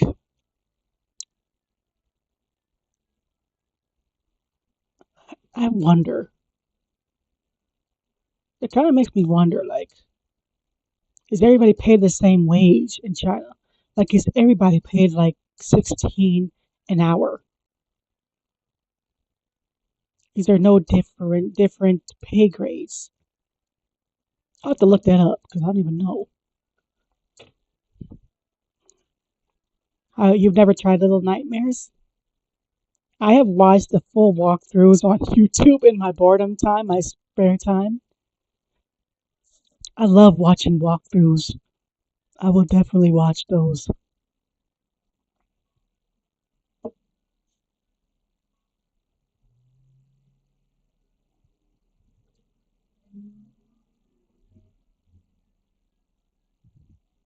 I'm actually looking up is everyone paid the same amount in China right now because like I'm just curious.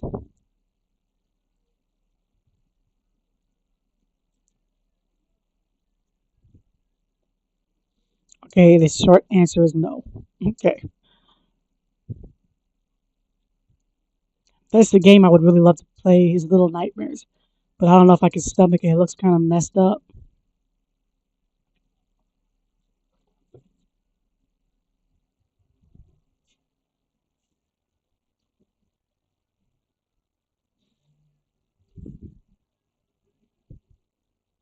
Okay, authoritarianism and tyranny. Historically, attempts to implement communism have often resulted in one party authoritarian regimes that use repression, censorship, and force to maintain control, leading to a significant devaluation of human life and liberty. The next one was poor standards of living. While income inequality may be low, the overall standard of living is often also low, with citizens having limited choices in poor quality housing and goods. Thanks for staying, Bubba. It means a lot to me. Now, I did watch the full lore on FNAF, man. Oh, there was a guy he legit had a 24-hour video, and I watched the whole thing. It took me at least a good week, though, but I sat through the whole thing and watched it. There was so much lore because there's so many side games, too. And did you know that they came up with the FNAF movies this year? Not this year, but one was last year and one was, I think, the year before that. I haven't seen the second movie. I really want to. But yeah, I really want to see them.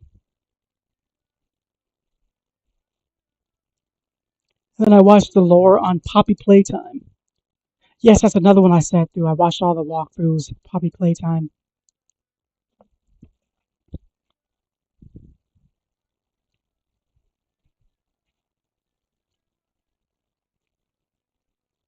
So the authoritarianism and tyranny. I don't need to read that again. Like historically, attempts to implement communism have often resulted in one-party authoritarian regimes that use repression, censorship, and force to maintain control, leading to a significant devaluation of human life and liberty. Yeah, that's the main one that I've known communism to be known for. Tyranny and authoritarianism, which is not good. Next one was poor standards of living. While income inequality may be low, the overall standard of living is often also low, with citizens having limited choices and poor quality housing and goods. And also mass casualties. Historical estimates from the 20th century suggest that communist regimes have been responsible for a significant number of deaths, often through man-made famines, forced labor camps, and political purges. Man-made famines? Oh, I would love Poppy Playtime to have a movie. Oh, it's gotta have mommy long legs in there. She's like my favorite creep monster. And what's the pink fuzzy wuzzy? I know there's Huggy Wuggy, and then there's the pink one. What was her name? Do you remember her name?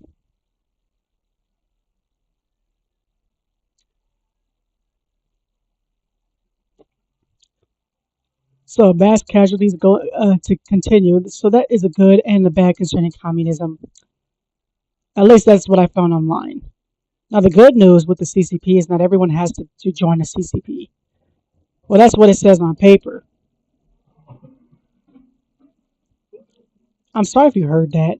If you could hear something in the background. I'm like right next to my window. This is where I get the most light. And it's right next to the window. I'm gonna eat some nice ice cream after this. I can't wait. I'm getting so excited. I think it's pecan something.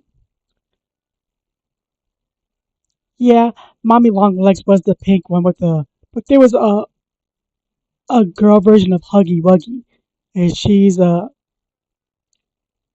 Missy. Yes, Kissy Missy. Yay! Yes, Kissy Missy. Oh, I love her. I definitely want her in there. She seems so good. There's gonna be a Poppy Playtime 5 though, isn't there? I thought it came out recently, or the demo for it came out. See, all I can do is live vicariously through other people until I get my PC. I can't wait.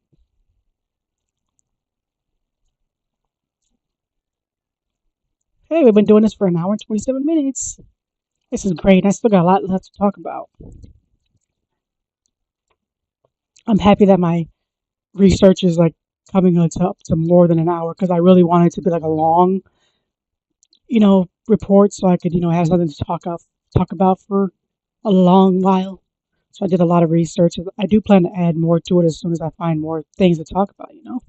But for now, I think I've done enough research. I know I have because like my hands started to hurt while I was writing all this down. Yes, but kissy missy and speed run. Yep. Oh yes. China's government functions as a centralized state where the Communist Party exercises total control, directing policy and administration through state institutions, making it an authoritarian, single party system. While the Constitution describes it as a people's democratic dictatorship, its system. Sorry, yeah, it's China's Constitution describes it as a people's democratic dictatorship. So yes, I might sound stupid by saying this, but I thought only the U.S. had a constitution. I thought that was only for like Americans. I didn't know that China had a constitution too, or is that like term universal? See, we're here to learn. Okay, so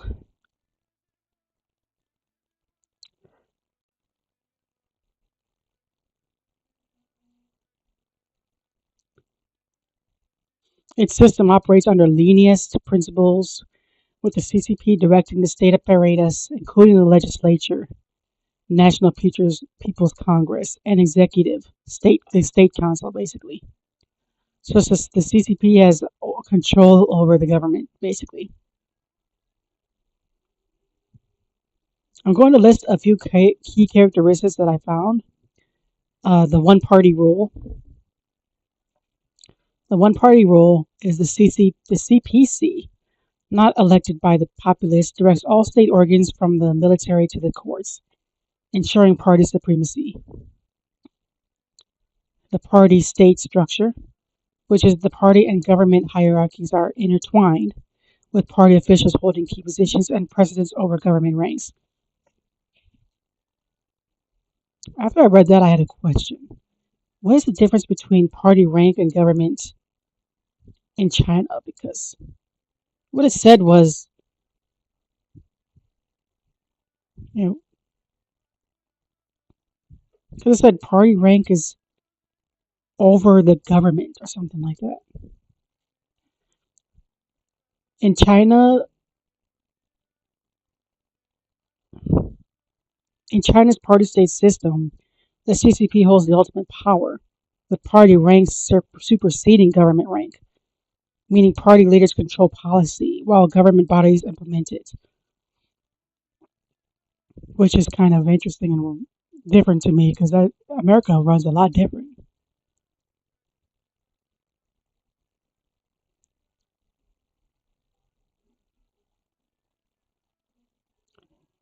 So basically, from what I'm saying, is the party decides policy, controls personnel, and provides overall leadership. And the government implements policy and administers the state, and it administers it to the state. Oh, I cannot speak.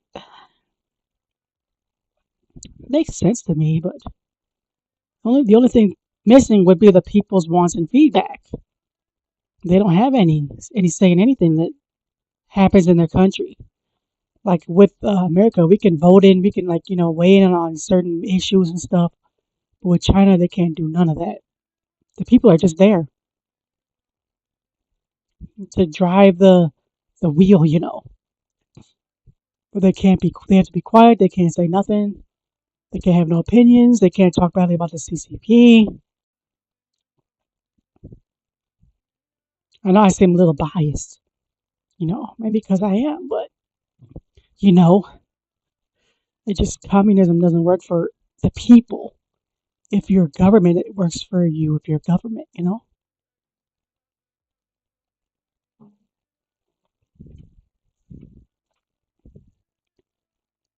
Wouldn't that kind of be like, say, for example, you go into work and you see that your boss had a new way of doing things because in his mind, he thinks it'll work out better. Like, He thinks it'll work out better that way, but he doesn't consult with his employees to see if his idea would in fact work. And because he didn't ask their opinion, his idea crashes and burns. Yeah,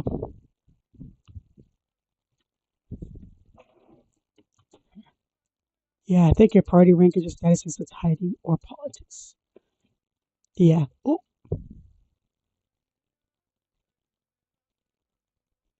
not me accidentally, like, almost hitting the X button. Oh my goodness, it would have shut down the whole V Live. Ah, let me move this mouse away from me.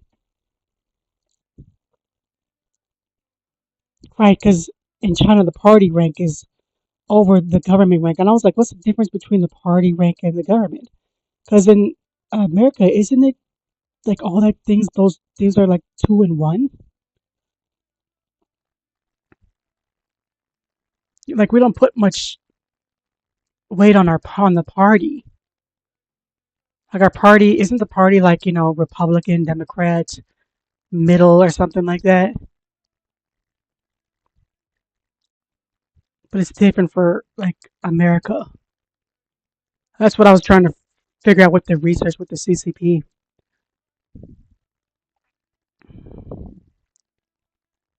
Now, getting back to people who don't support the CCP. Like I said before, not everyone has to sign with the CCP. That is good. But if you choose to not sign with them, just make sure you don't oppose them publicly. You can't express your opinions on them openly. Oh, that makes sense, I guess. Now, what happens to the people who publicly oppose the CCP? One, arbitrary arrest and detention. Authorities frequently detain individuals who often speak out, often on vaguely worded charges such as subversion of state power or picking quarrels and provoking trouble. Detainees are often held in secret locations without access to lawyers or communications with their families.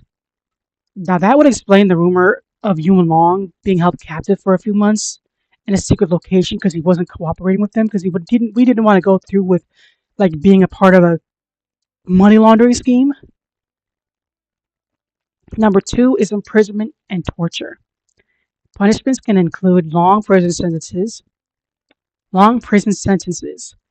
There are widespread reports of torture slash forced labor and other abuses occurring in detention facilities and re-education camps, particularly targeting religious or ethnic minorities like Uyghurs and Falun Gong practices. Now, do you guys think that they try to target monks? Because they are very religious. Because remember Xing Jinping, aka Qing Fang? He was a Shaolin monk before he became a celebrity. Actually, I've always wondered why he decided to be a celebrity. He was a 34th generation monk, guys.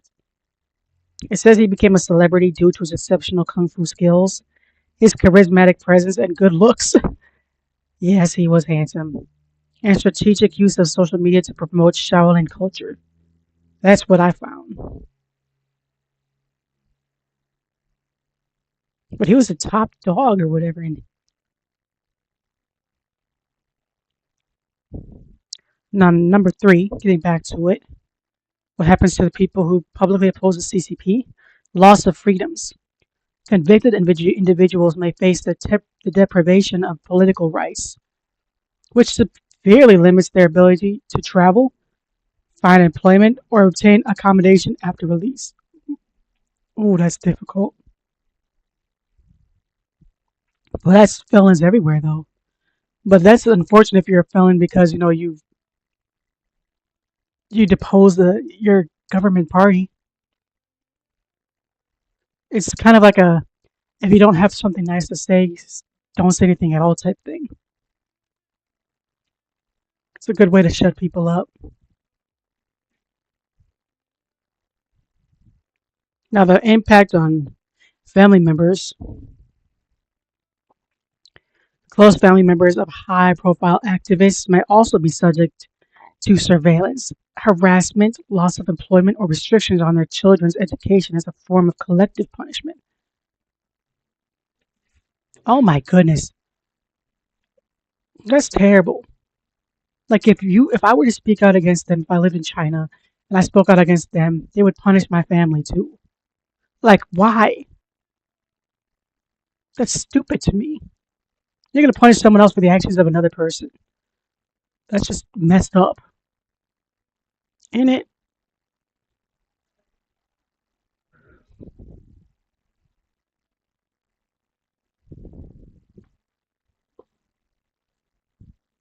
And can I still point out that even if you don't choose to speak out,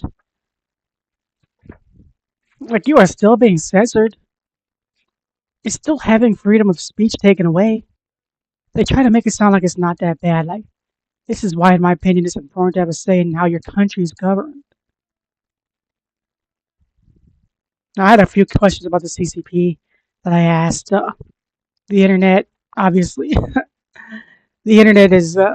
It took its answers from different sources on Google. So,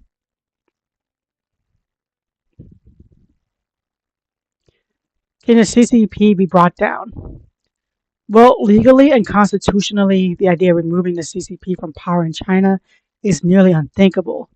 The CCP's constitution, yes, I'm going to call it that, is explicitly established the Communist Party's leading role, meaning its replacement by another party is not envisioned in the current legal framework. The military swears loyalty to the party, not the state, making any change to CCP's rule extremely difficult.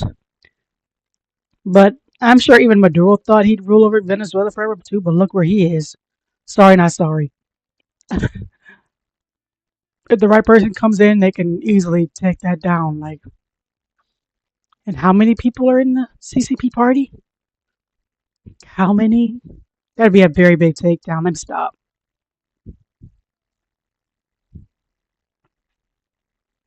Well, we are talking about taking them down if it need be. I mean, they don't just have Maduro over there. They do have Xi Jinping, yes, but like it has to be like a lot more. There's a bunch of party members.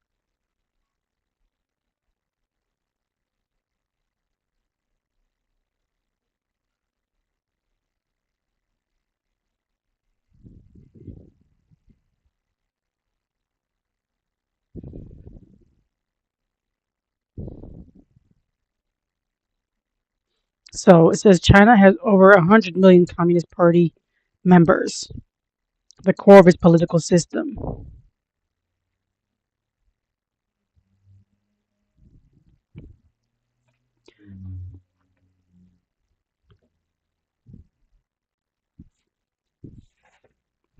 There's another question for that one. I'm going to get to that one later. I'm getting ahead of myself. So basically, the military swears loyalty to the party, not the state, making any change to the CCP's rule extremely difficult. Next question. What if the Chinese military turned against the CCP? Now, this is a very sensitive question, I know, so I'll be as respectful with this answer, which I found online. It would likely result in a violent internal conflict, potential military dictatorship, maybe, maybe not, or severe political and economic chaos with profound global consequences. This scenario is highly speculative due to the deep integration of the PLA within the CCP's control structure. Key potential outcomes and consequences are civil conflict, military dictatorship, political vacuum slash collapse, foreign intervention concerns, not to mention economic and global impact, global economic shock, loss of international standing, and geopolitical standing slash instability. Well, of course, these scenarios are highly unlikely because the PLA, which stands for the People's Liberation Army, is fundamentally a party, not as a party army. Can you hear anything in the background? Just let me know.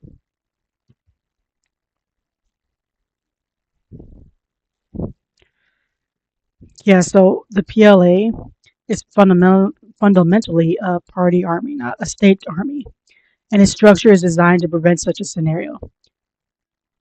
But of course, as we all know, one weak link can bring down the chain of a mighty dynasty. All you need is one person to inspire others to see the path of change. Now, let's move on to my next topic: potential scenarios for change.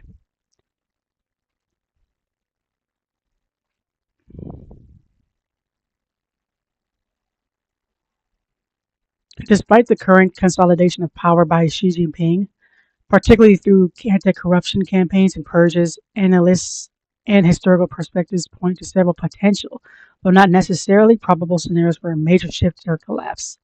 One, an internal coup. This is considered one of the more likely scenarios by some analysts. Discontent among powerful party cadres, especially if the economy stagnates and personal wealth is threatened, could lead to an internal power struggle or a coup. Now, I want to quickly add in a thought. I don't want to toot America's horn, but you guys remember recently Trump freed Venezuela?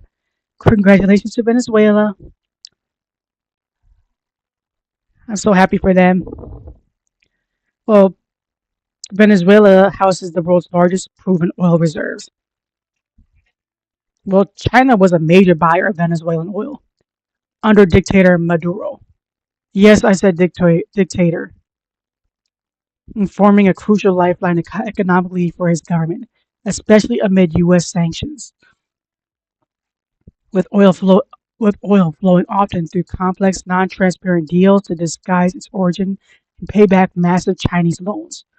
This partnership, established under Chavez and deepened by Maduro, made China Venezuela's dominant customer, purchasing over half its crude exports in recent years for infrastructure financing and strategic influence, despite failing or falling production levels.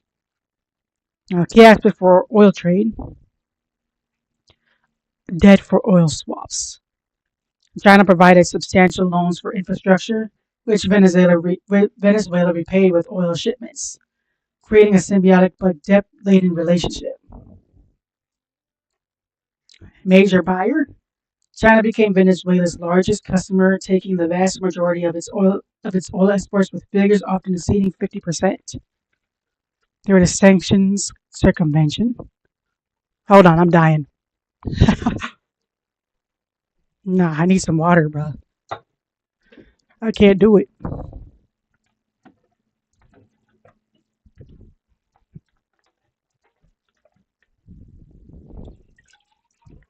This is the most my vocal cords have been used at one time.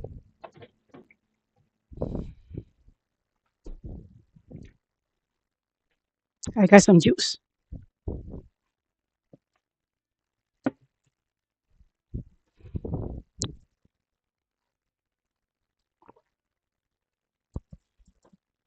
Oh, that's better. Oh, okay, that feels a lot better.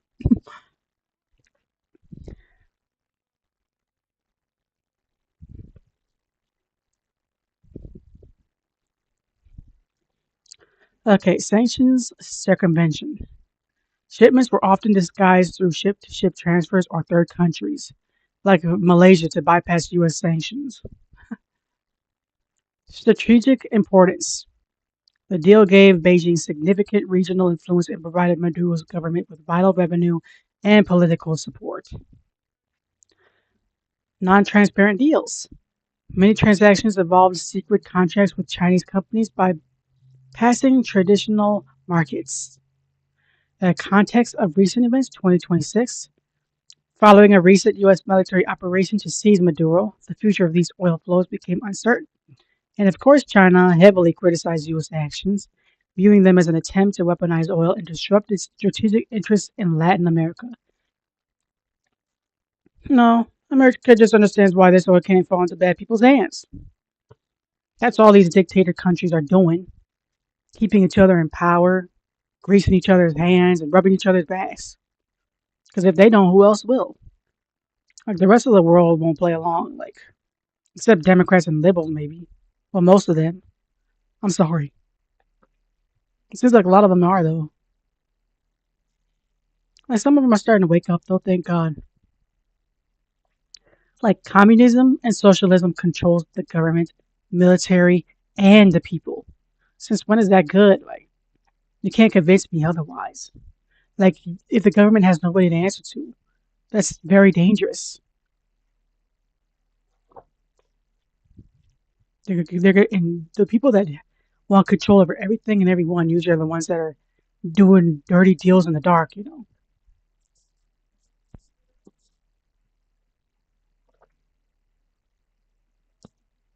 What is this? I have a movie playing and it's just playing a random movie. Like, what is this? Oh, Hellraiser. Hey, have you ever seen the movie Hellraiser? I've never seen it. Ew, it looks weird.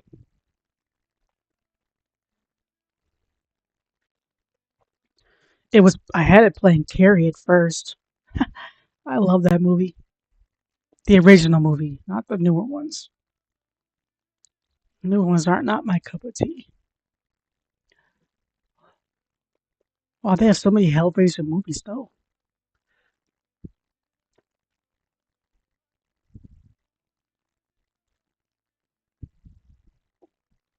Sorry, tangent over. The next one was economic crisis. The CCP's legitimate the CCP's legitimacy largely rests on its ability to deliver continued economic growth and improve living standards. Major and prolonged economic distress, such as a property market collapse or demographic decline, could fuel widespread discontent and potentially trigger a crisis. Like with America taking over Venezuelan oil temporarily. I know the whole world thinks we just did it because we want. I know the world thinks Trump did it just because, for selfish reasons, but no. Like, just no.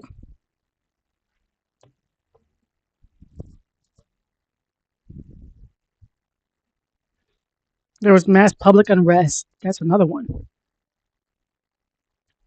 While mass protests are dangerous in China, the A4 protests in 2022, sparked by the strict COVID lockdowns, demonstrated that public anger can lead to rare, direct challenges to the ruling party. If unrest became widespread and paralyzing enough, some within the party of military might be prompted to act. That sounds good.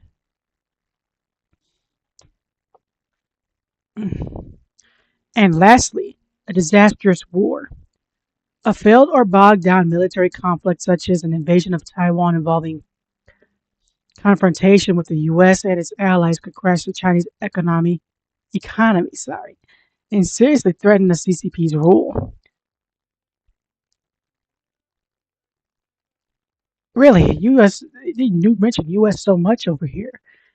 In here, do we have that much power over China? Like I know we're like the number one world power, but it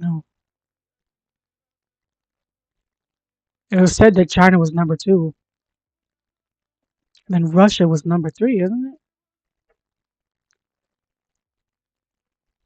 it? I don't know. Well, historically, no ruling power lasts forever. Chinese history shows multiple regime changes, and some within China believe the same could happen to the CCP if the people become sufficiently dissatisfied. And with the loss of oil, China depends heavily on the oil. That was 50% of their income or whatever. That could really hurt. Okay, well, however, I will say this for the CCP. They are a modern and highly adaptable and pervasive surveillance state, making it fundamentally different from previous dynasties. And that's it for the CCP. So, the next topic is what human Long uncovered that ultimately led to his death.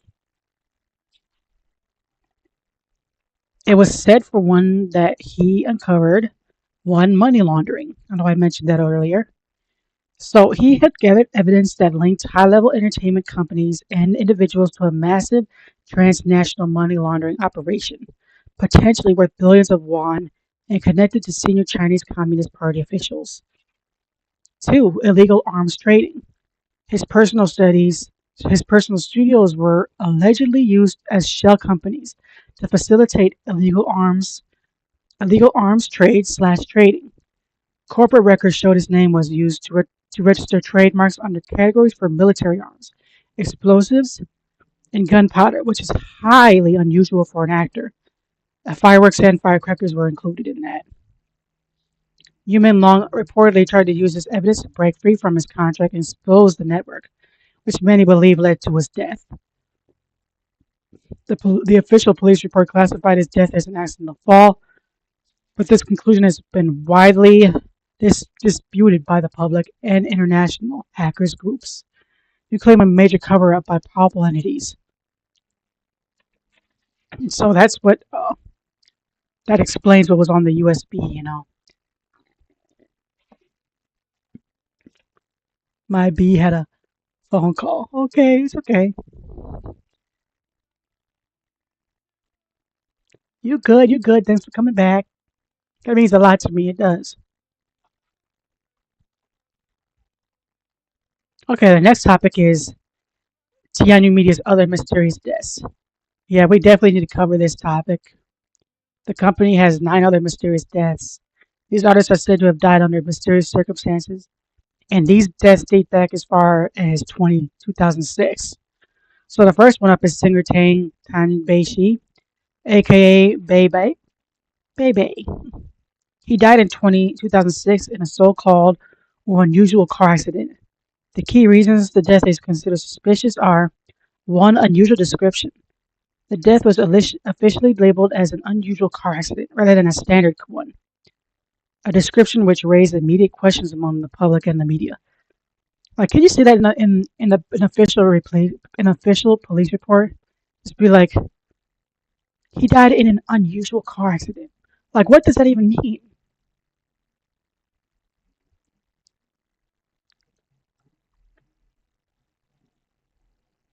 At 2, lack of transparency slash official explanation.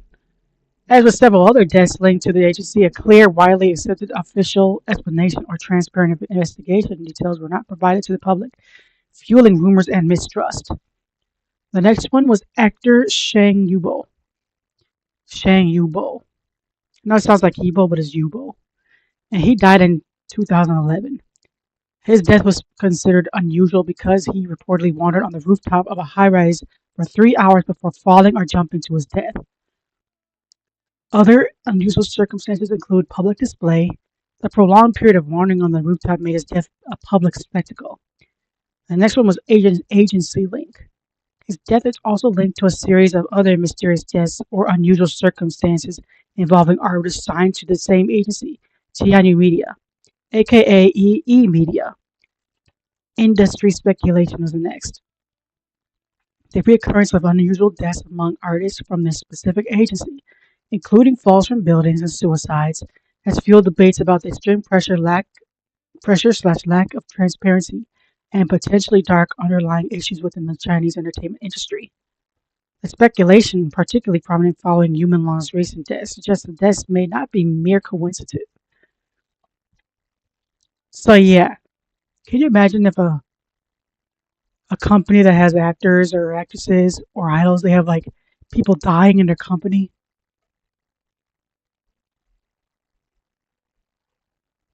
Exactly. In order to cover it up or not really explaining for the cause of the accident. Exactly.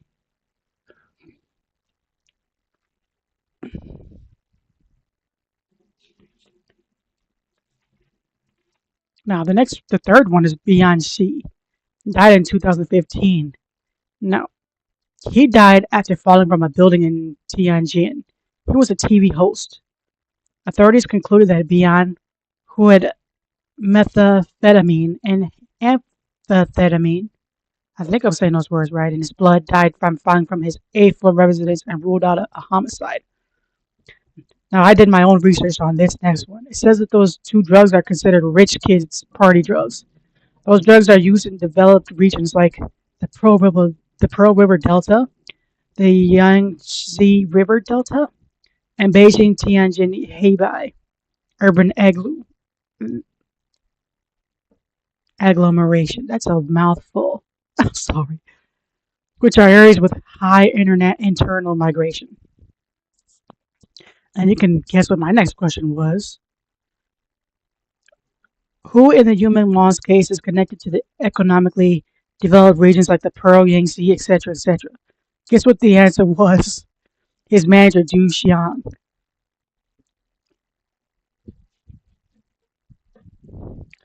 Because it was said that human long was found with, like, drugs in the system, heavy tranquilizing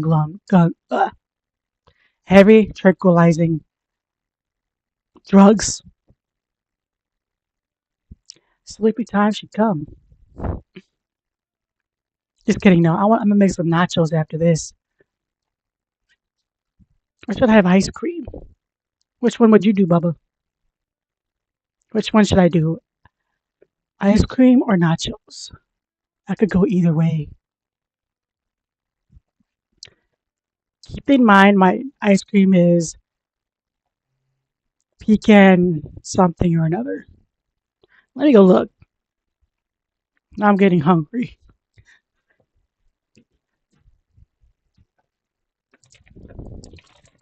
Ah, butter pecan. There, that's what it's called. Butter pecan.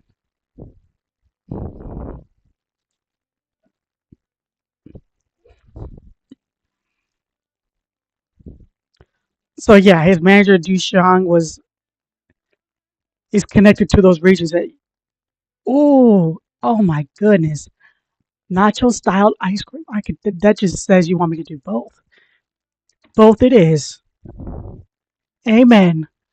Okay. Ah, nacho style ice cream. Yes, I could totally see that. I know where you're going with that. Like ice chips or for the nachos part, ice cream for the meat part. The sour cream would be like whipped cream. Yes, that would be so nice. But I don't have enough ingredients for all of that. I just have the ice cream part. So, his manager. Okay, let's get on to Xiao Renliang. He died in 2016. Was a singer slash actor. He was found dead in his apartment.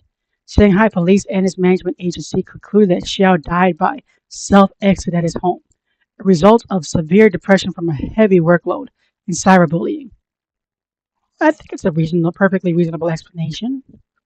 But the public rumors coming from China were saying that there was extreme violence surrounding his death. Some rumors claimed that he had been tortured to death and even taken apart. Oh, I should have, yeah, taken apart. That's the nice word of what, of the D word. So I think I'm safe with that one. So yeah, he was taken apart. The rumors also linked his death to probable figures or occult practices within the entertainment industry. And of course, the brutality described in these rumors and the lack of formal publicly detailed investigation beyond the initial police report fueled speculation of a cover-up. Not to mention a statue was found at the 798 Museum of Art, was said to closely resemble him.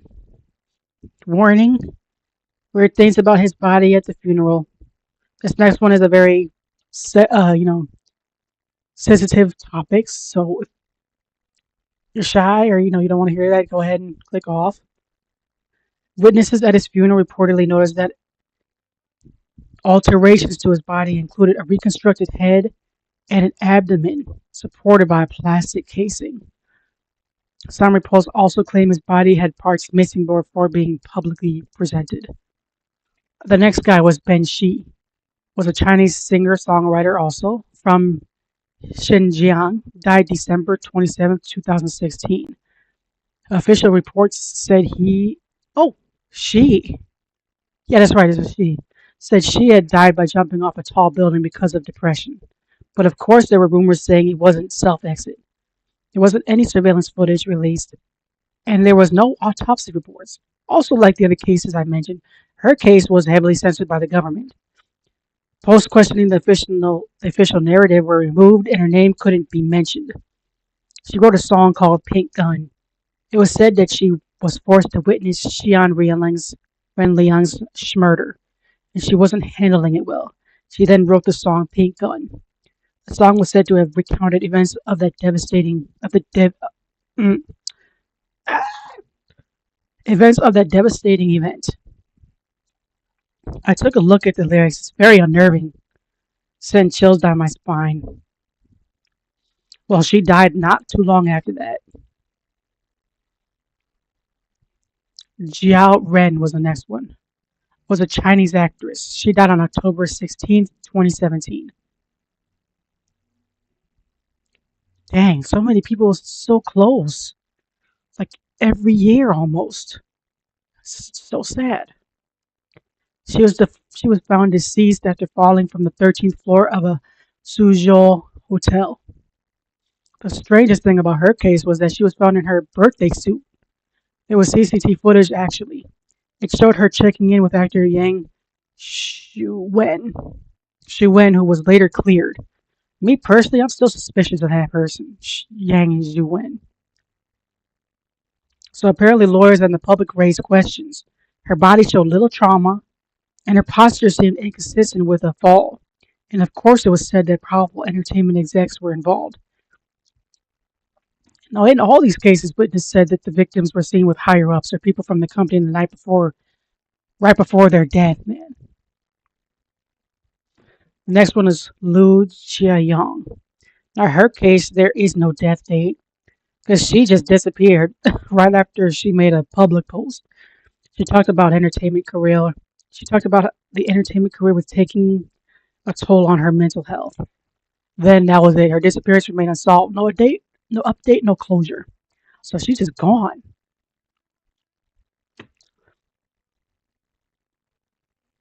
The last one was Sai Shang. Uh, Sai Chong. I don't know how to say the names. I'm sorry. Was a singer. He passed away in 2020. There wasn't any explanation behind his death. It was labeled as sudden passing. Sudden passing. They totally left us hanging. No official cause of death, no immediate or official explanation provided to the public. His death definitely fits into a pattern with the company, like of young artists dying under suspicious or unexplainable circumstances, often officially ruled out as an accident, self-exit, or sudden death. And then, of course, we have Human Long recently. Now, the next topics that I'm so happy to get on to. What can Amnesty International do to help? This is the last topic, or not, no, not the second to last. I saved this for the last. We're getting there. Amnesty International can help Human Long by investigating the circumstances of his death, exposing potential human rights violations by publishing findings, mobilizing global public pressure through campaigns, petitions, social media, and advocating directly to the Chinese authorities to demand accountability, justice, and a transparent investigation into his case, aligning with their core mission to defend those denied justice, freedom, and truth. Here's a breakdown of actions they can take. 1. Research and documentation. Conduct in-depth investigations into his death, gathering evidence and verifying reports similar to their work on other human rights abuses in China. 2. Public awareness campaigns. Launch global campaigns, petitions, social media drives to highlight Human Long's case, putting public pressure on Chinese authorities. 3. Advocacy. Directly lobby the Chinese government and international bodies like the UN to push for a transparent investigation and justice for him. 4. Support grassroots efforts, which is amplify the voices of Chinese netizens and diaspora groups already demanding answers, providing resources or a larger platform. 5. Policy change. Use the case to advocate for broader human rights reforms in China, focusing on freedom of expression and accountability for state actions. By using their established methods of investigation, exposure, and mobilization, Amnesty International can bring international scrutiny to UN Malong's case and demand answers and justice, similar to how they've addressed other issues in China, like the arbitrary detention of Uyghurs. which is the ongoing mass imprisonment and internment of more than a million members of the predominantly Muslim Turkic speaking ethnic groups and other minorities, without legal process, if I might add, since at least 2017. Those detentions that have been described as potential crimes against humanity or genocide by various international bodies are part of a a broader systematic campaign of repression in the Xinjiang region.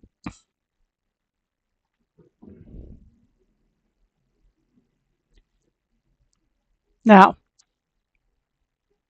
I had found a video on TikTok of a man from China answering the questions I know we all want to know. I don't know his name. I'm sorry for that, but I did repost the video to my TikTok. I can tell you what he said. He said, in reality, we can't actually go to China and fight back against a public party.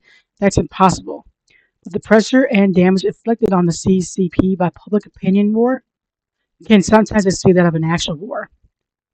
After reaching 500,000 signatures a day, he said that back in a while last year or so. Uh, the petition's at 750,000 now. So Amnesty International, the world's largest human rights organization, began speaking out on behalf of human law. Now, I'm going to quickly say something here, guys. I did fact check that, and I feel like he's partly correct. The Chinese Amnesty International made a post with many answers, but I personally thought that the main Amnesty International was going to speak out. Their main page has 2 million followers. But as the Chinese Amnesty has that, whereas the Chinese Amnesty has a lot less, I thought, the bigger page was going to speak out, the main Amnesty International. But I guess both is good too, either or. He goes on to say, some have asked if this organization can do anything against/to the CCP. The answer is yes.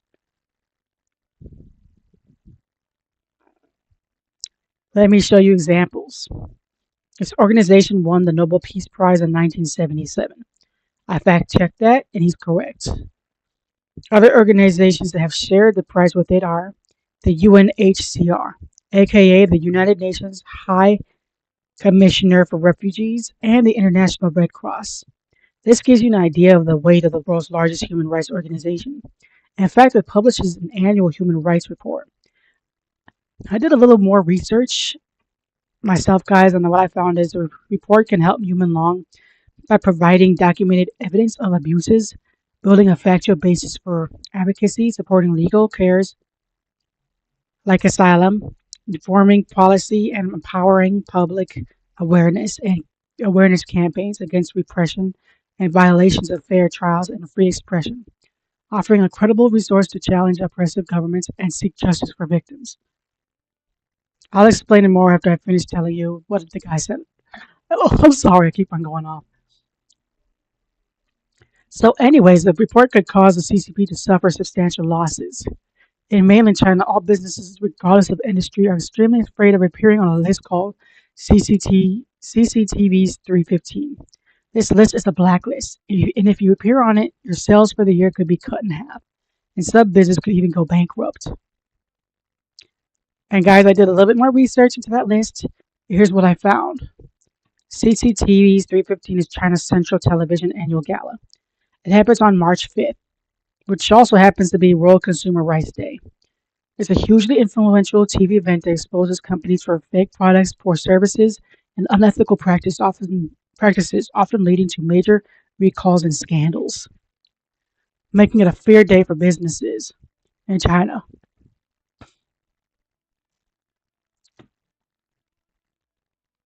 I gotta go now. Okay, I will. Thank you, Bubba. You have a good one.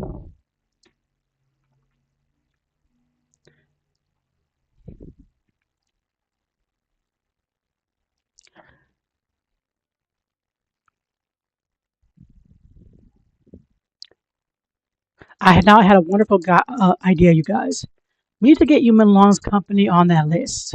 The name of his company is Tianyu Media, and even though it's government owned, it's still a business. Like They'd be a perfect candidate because even if they win the argument that they didn't off certain artists in the cover up, they should still be held reliable since they had so many artists die because of depression. Like, makes one wonder what's going on behind the scenes. What crimes or mechanisms may be in play? You too, ice cream tacos. Yes. I will have that right after this, I promise.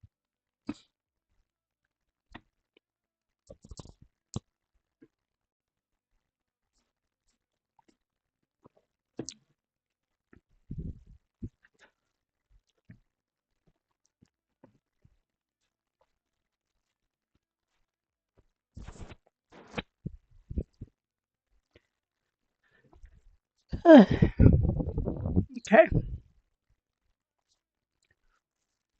I just spilled juice all over myself. I'm sorry.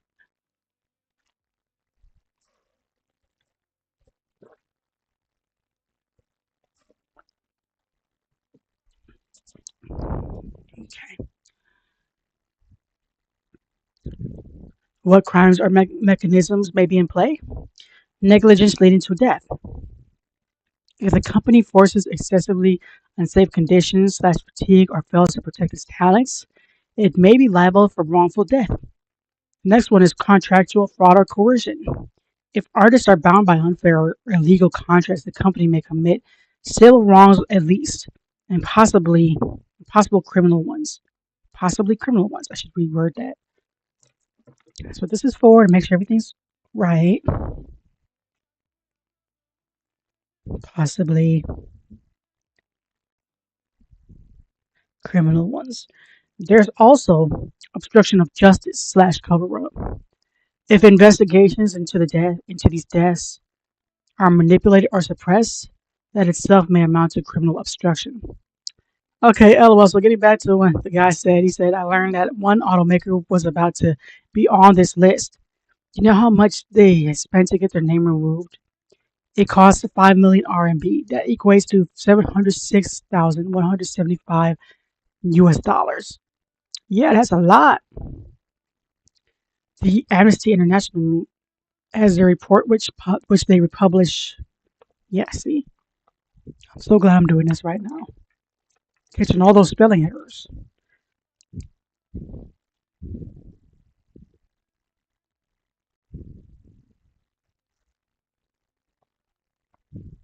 Because this is literally a book report. I filled up a whole book full of information here.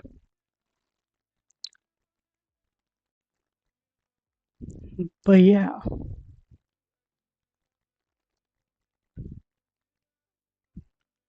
the Amnesty International has their report, which they publish annually.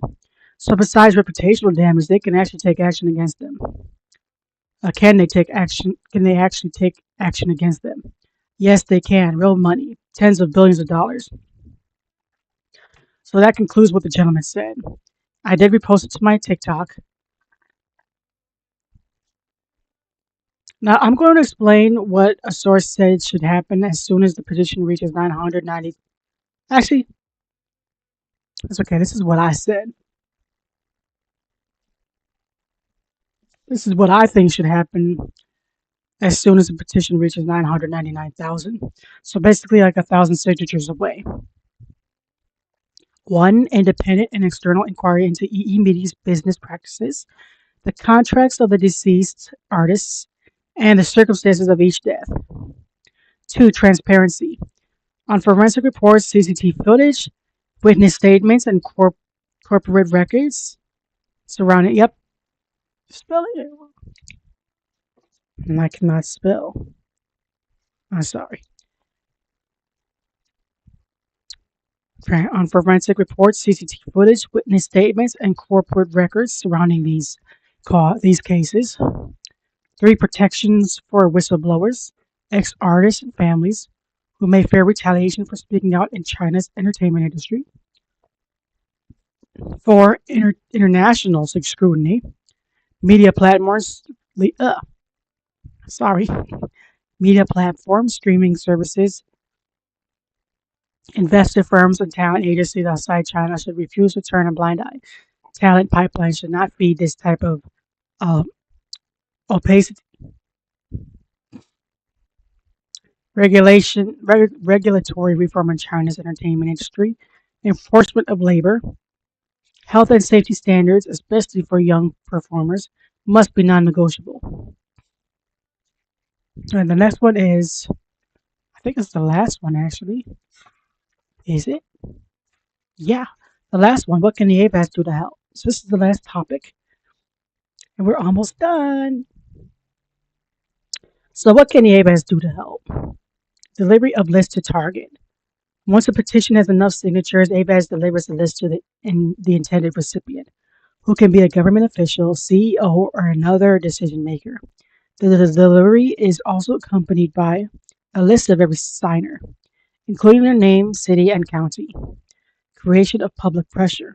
The act of delivering a petition with many signatures can create public pressure on the decision maker to respond or act. This can make it more difficult for them to ignore the public outcry. Next one is amplification of the message. AVAS may use various methods from publicly releasing information to quietly distributing materials to relevant people to ensure that the petition's message is heard loud and clear. Yeah, message is heard loud and clear and fully understood. Now I wonder, like in China, who would that be to? Because so many higher ups are involved with this case. Even Xi Jinping himself is said to be involved. That's alleged, by the way. They would need to use every extreme measure to get the message out. Definitely be a challenge. Potential for potential for political or policy impact. By creating pressure, increasing public awareness, a successful AVAS petition has the potential to influence the outcome of a decision or event, as shown in the example of a petition on cluster bombs that helped prevent a treaty to allow the stockpiling. The last page, guys. Woo. More ways the AVAS can help. Organizes offline actions like rallies, marches, and symbolic stunts to draw media attention. Funds campaigns that provide funding for campaigns and direct actions to help them proceed and succeed. Advocates for policy change through its various campaigns. The AVAS advocates for policy changes on issues ranging from climate change to corporate accountability. Engages government and corporations. AVAS works to influence both government and corporate decisions through a targeted pressure and advocacy. Now, I did have a question like on that last one, more of a thought. If the Chinese government is behind this, how are they going to get the word out to the people of China? Because the topic is this topic of questioning the Chinese government is against their laws. Like it would be dangerous for a few Chinese residents to go against the government. That could easily be silenced. Well, they can't, off everybody now, can they? Now, I just want to speak on the other possible outcomes for the petitions. Well, sorry. It is important to note that not all petitions result in a direct change, as the ultimate outcome depends on many factors, but a large number of signatures ensures the issue is valuable, is visible, and can influence the conversations around it. Oh, and that is it for today, guys. Thank you so much for chilling with me, y'all. I'm very grateful. I can barely speak. No, stop. Oh, I'm very happy. I will see you tomorrow. Today, that's it for you, Milan.